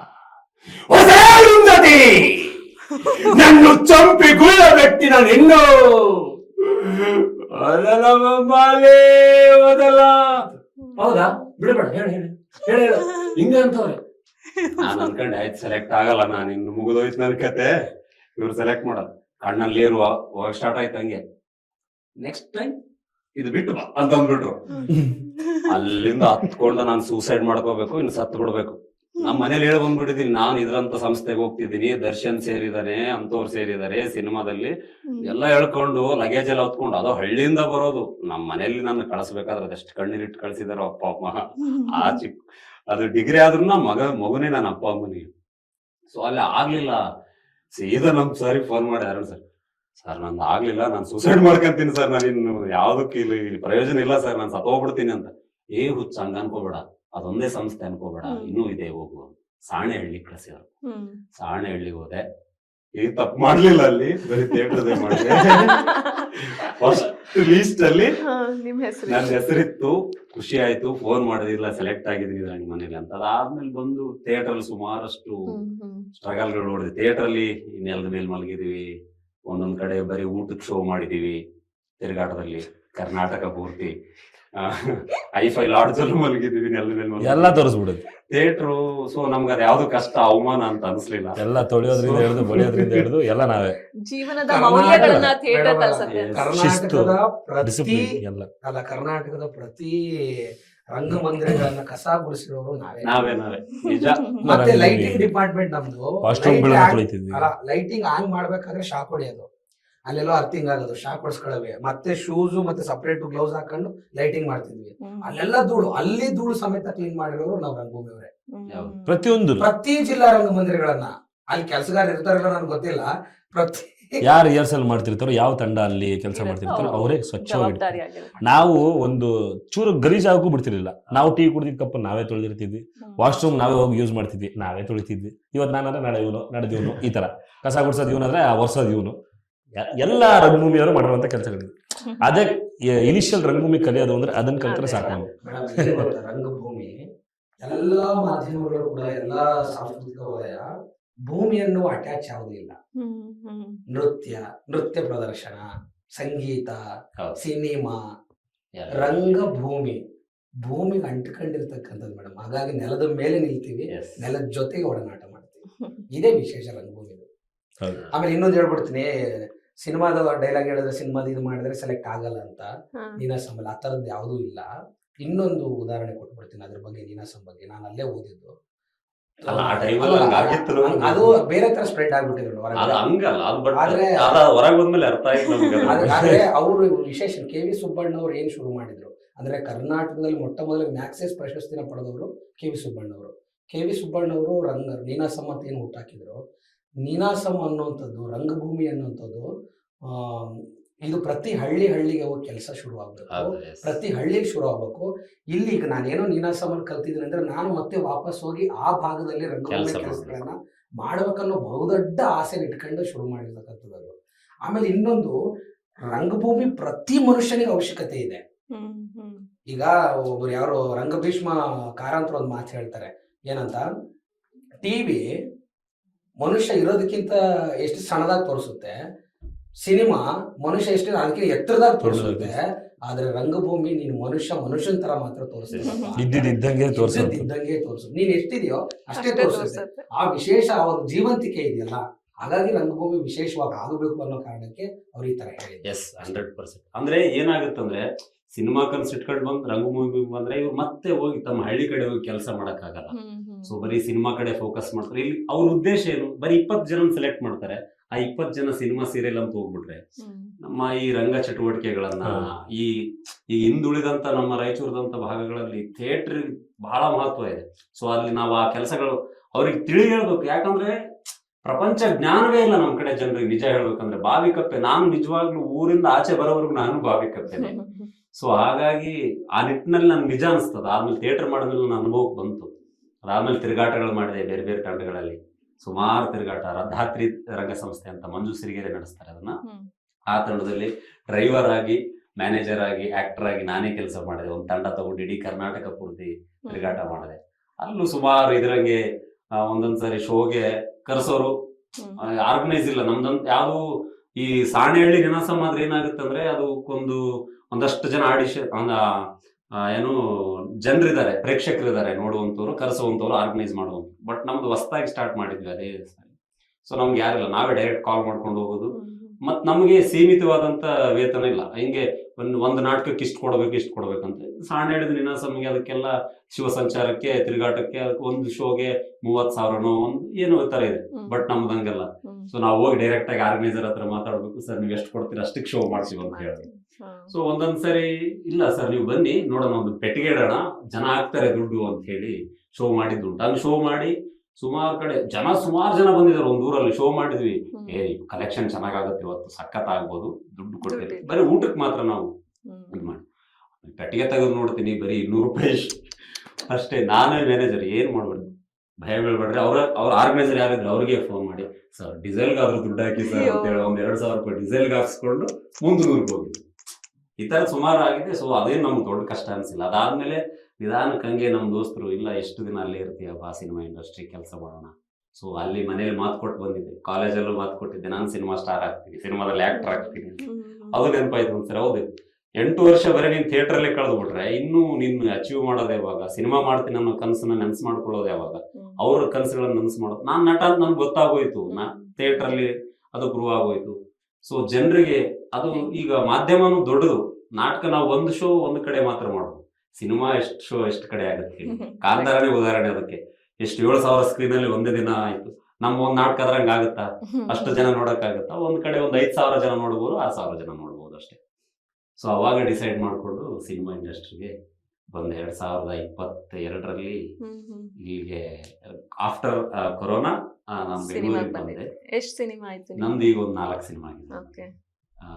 ಇದೆಲ್ಲ ನೋಡ್ತಾ ಹೋದ್ರೆ ನಾನ್ ಆ 3-4 ಸಾವಿರ ಜನ, 4 ಜನ ಜೊತೆ ನಾನು ಮಾತಾಡಿರೋದಷ್ಟೇ. ಯಾವ್ಯಾವ ಹುಬ್ಳಿಯಿಂದ ಹೆಕ್ಕಿ ತಗೊಂಡ್ ಬಂದಿರಬಹುದು ರಿಷಬ್ ಸರ್ ಅನ್ನೋದು ನಾನೊಂದು ಐಡಿಯಾ ಮಾಡ್ಕೋಬಹುದು ಇವಾಗ. ಸೊ ಅವ್ರ ಸೆಲೆಕ್ಟ್ ಮಾಡ್ತಾ ಇದ್ದಂತಹ ಆರ್ಟಿಸ್ಟ್ಗಳು ಹೆಂಗ್ ಅವ್ರ ಸೆಲೆಕ್ಷನ್ ಯಾವ ತರ ಹೋಗ್ತಾ ಇತ್ತು ಅಂತ. ಈ ವಿಡಿಯೋ ನಿಮ್ಗೆ ಇಷ್ಟವಾಗಿತ್ತು ಅಂದ್ರೆ ಲೈಕ್ ಮಾಡಿ, ಕಮೆಂಟ್ ಮಾಡಿ, ಮತ್ತೆ ಶೇರ್ ಮಾಡಿ. ಹಾಗೆ Vishwavani TV special YouTube channel ನ ಸಬ್ಸ್ಕ್ರೈಬ್ ಮಾಡಿ. Thank you. ಇಂಟ್ರೆಸ್ಟಿಂಗ್ ಮತ್ತು ಇನ್ಫಾರ್ಮೇಟಿವ್ ವಿಡಿಯೋಗಳನ್ನ ಮಿಸ್ ಮಾಡ್ಕೋಬೇಡಿ, ಈಗಲೇ ಸಬ್ಸ್ಕ್ರೈಬ್ ಮಾಡಿ.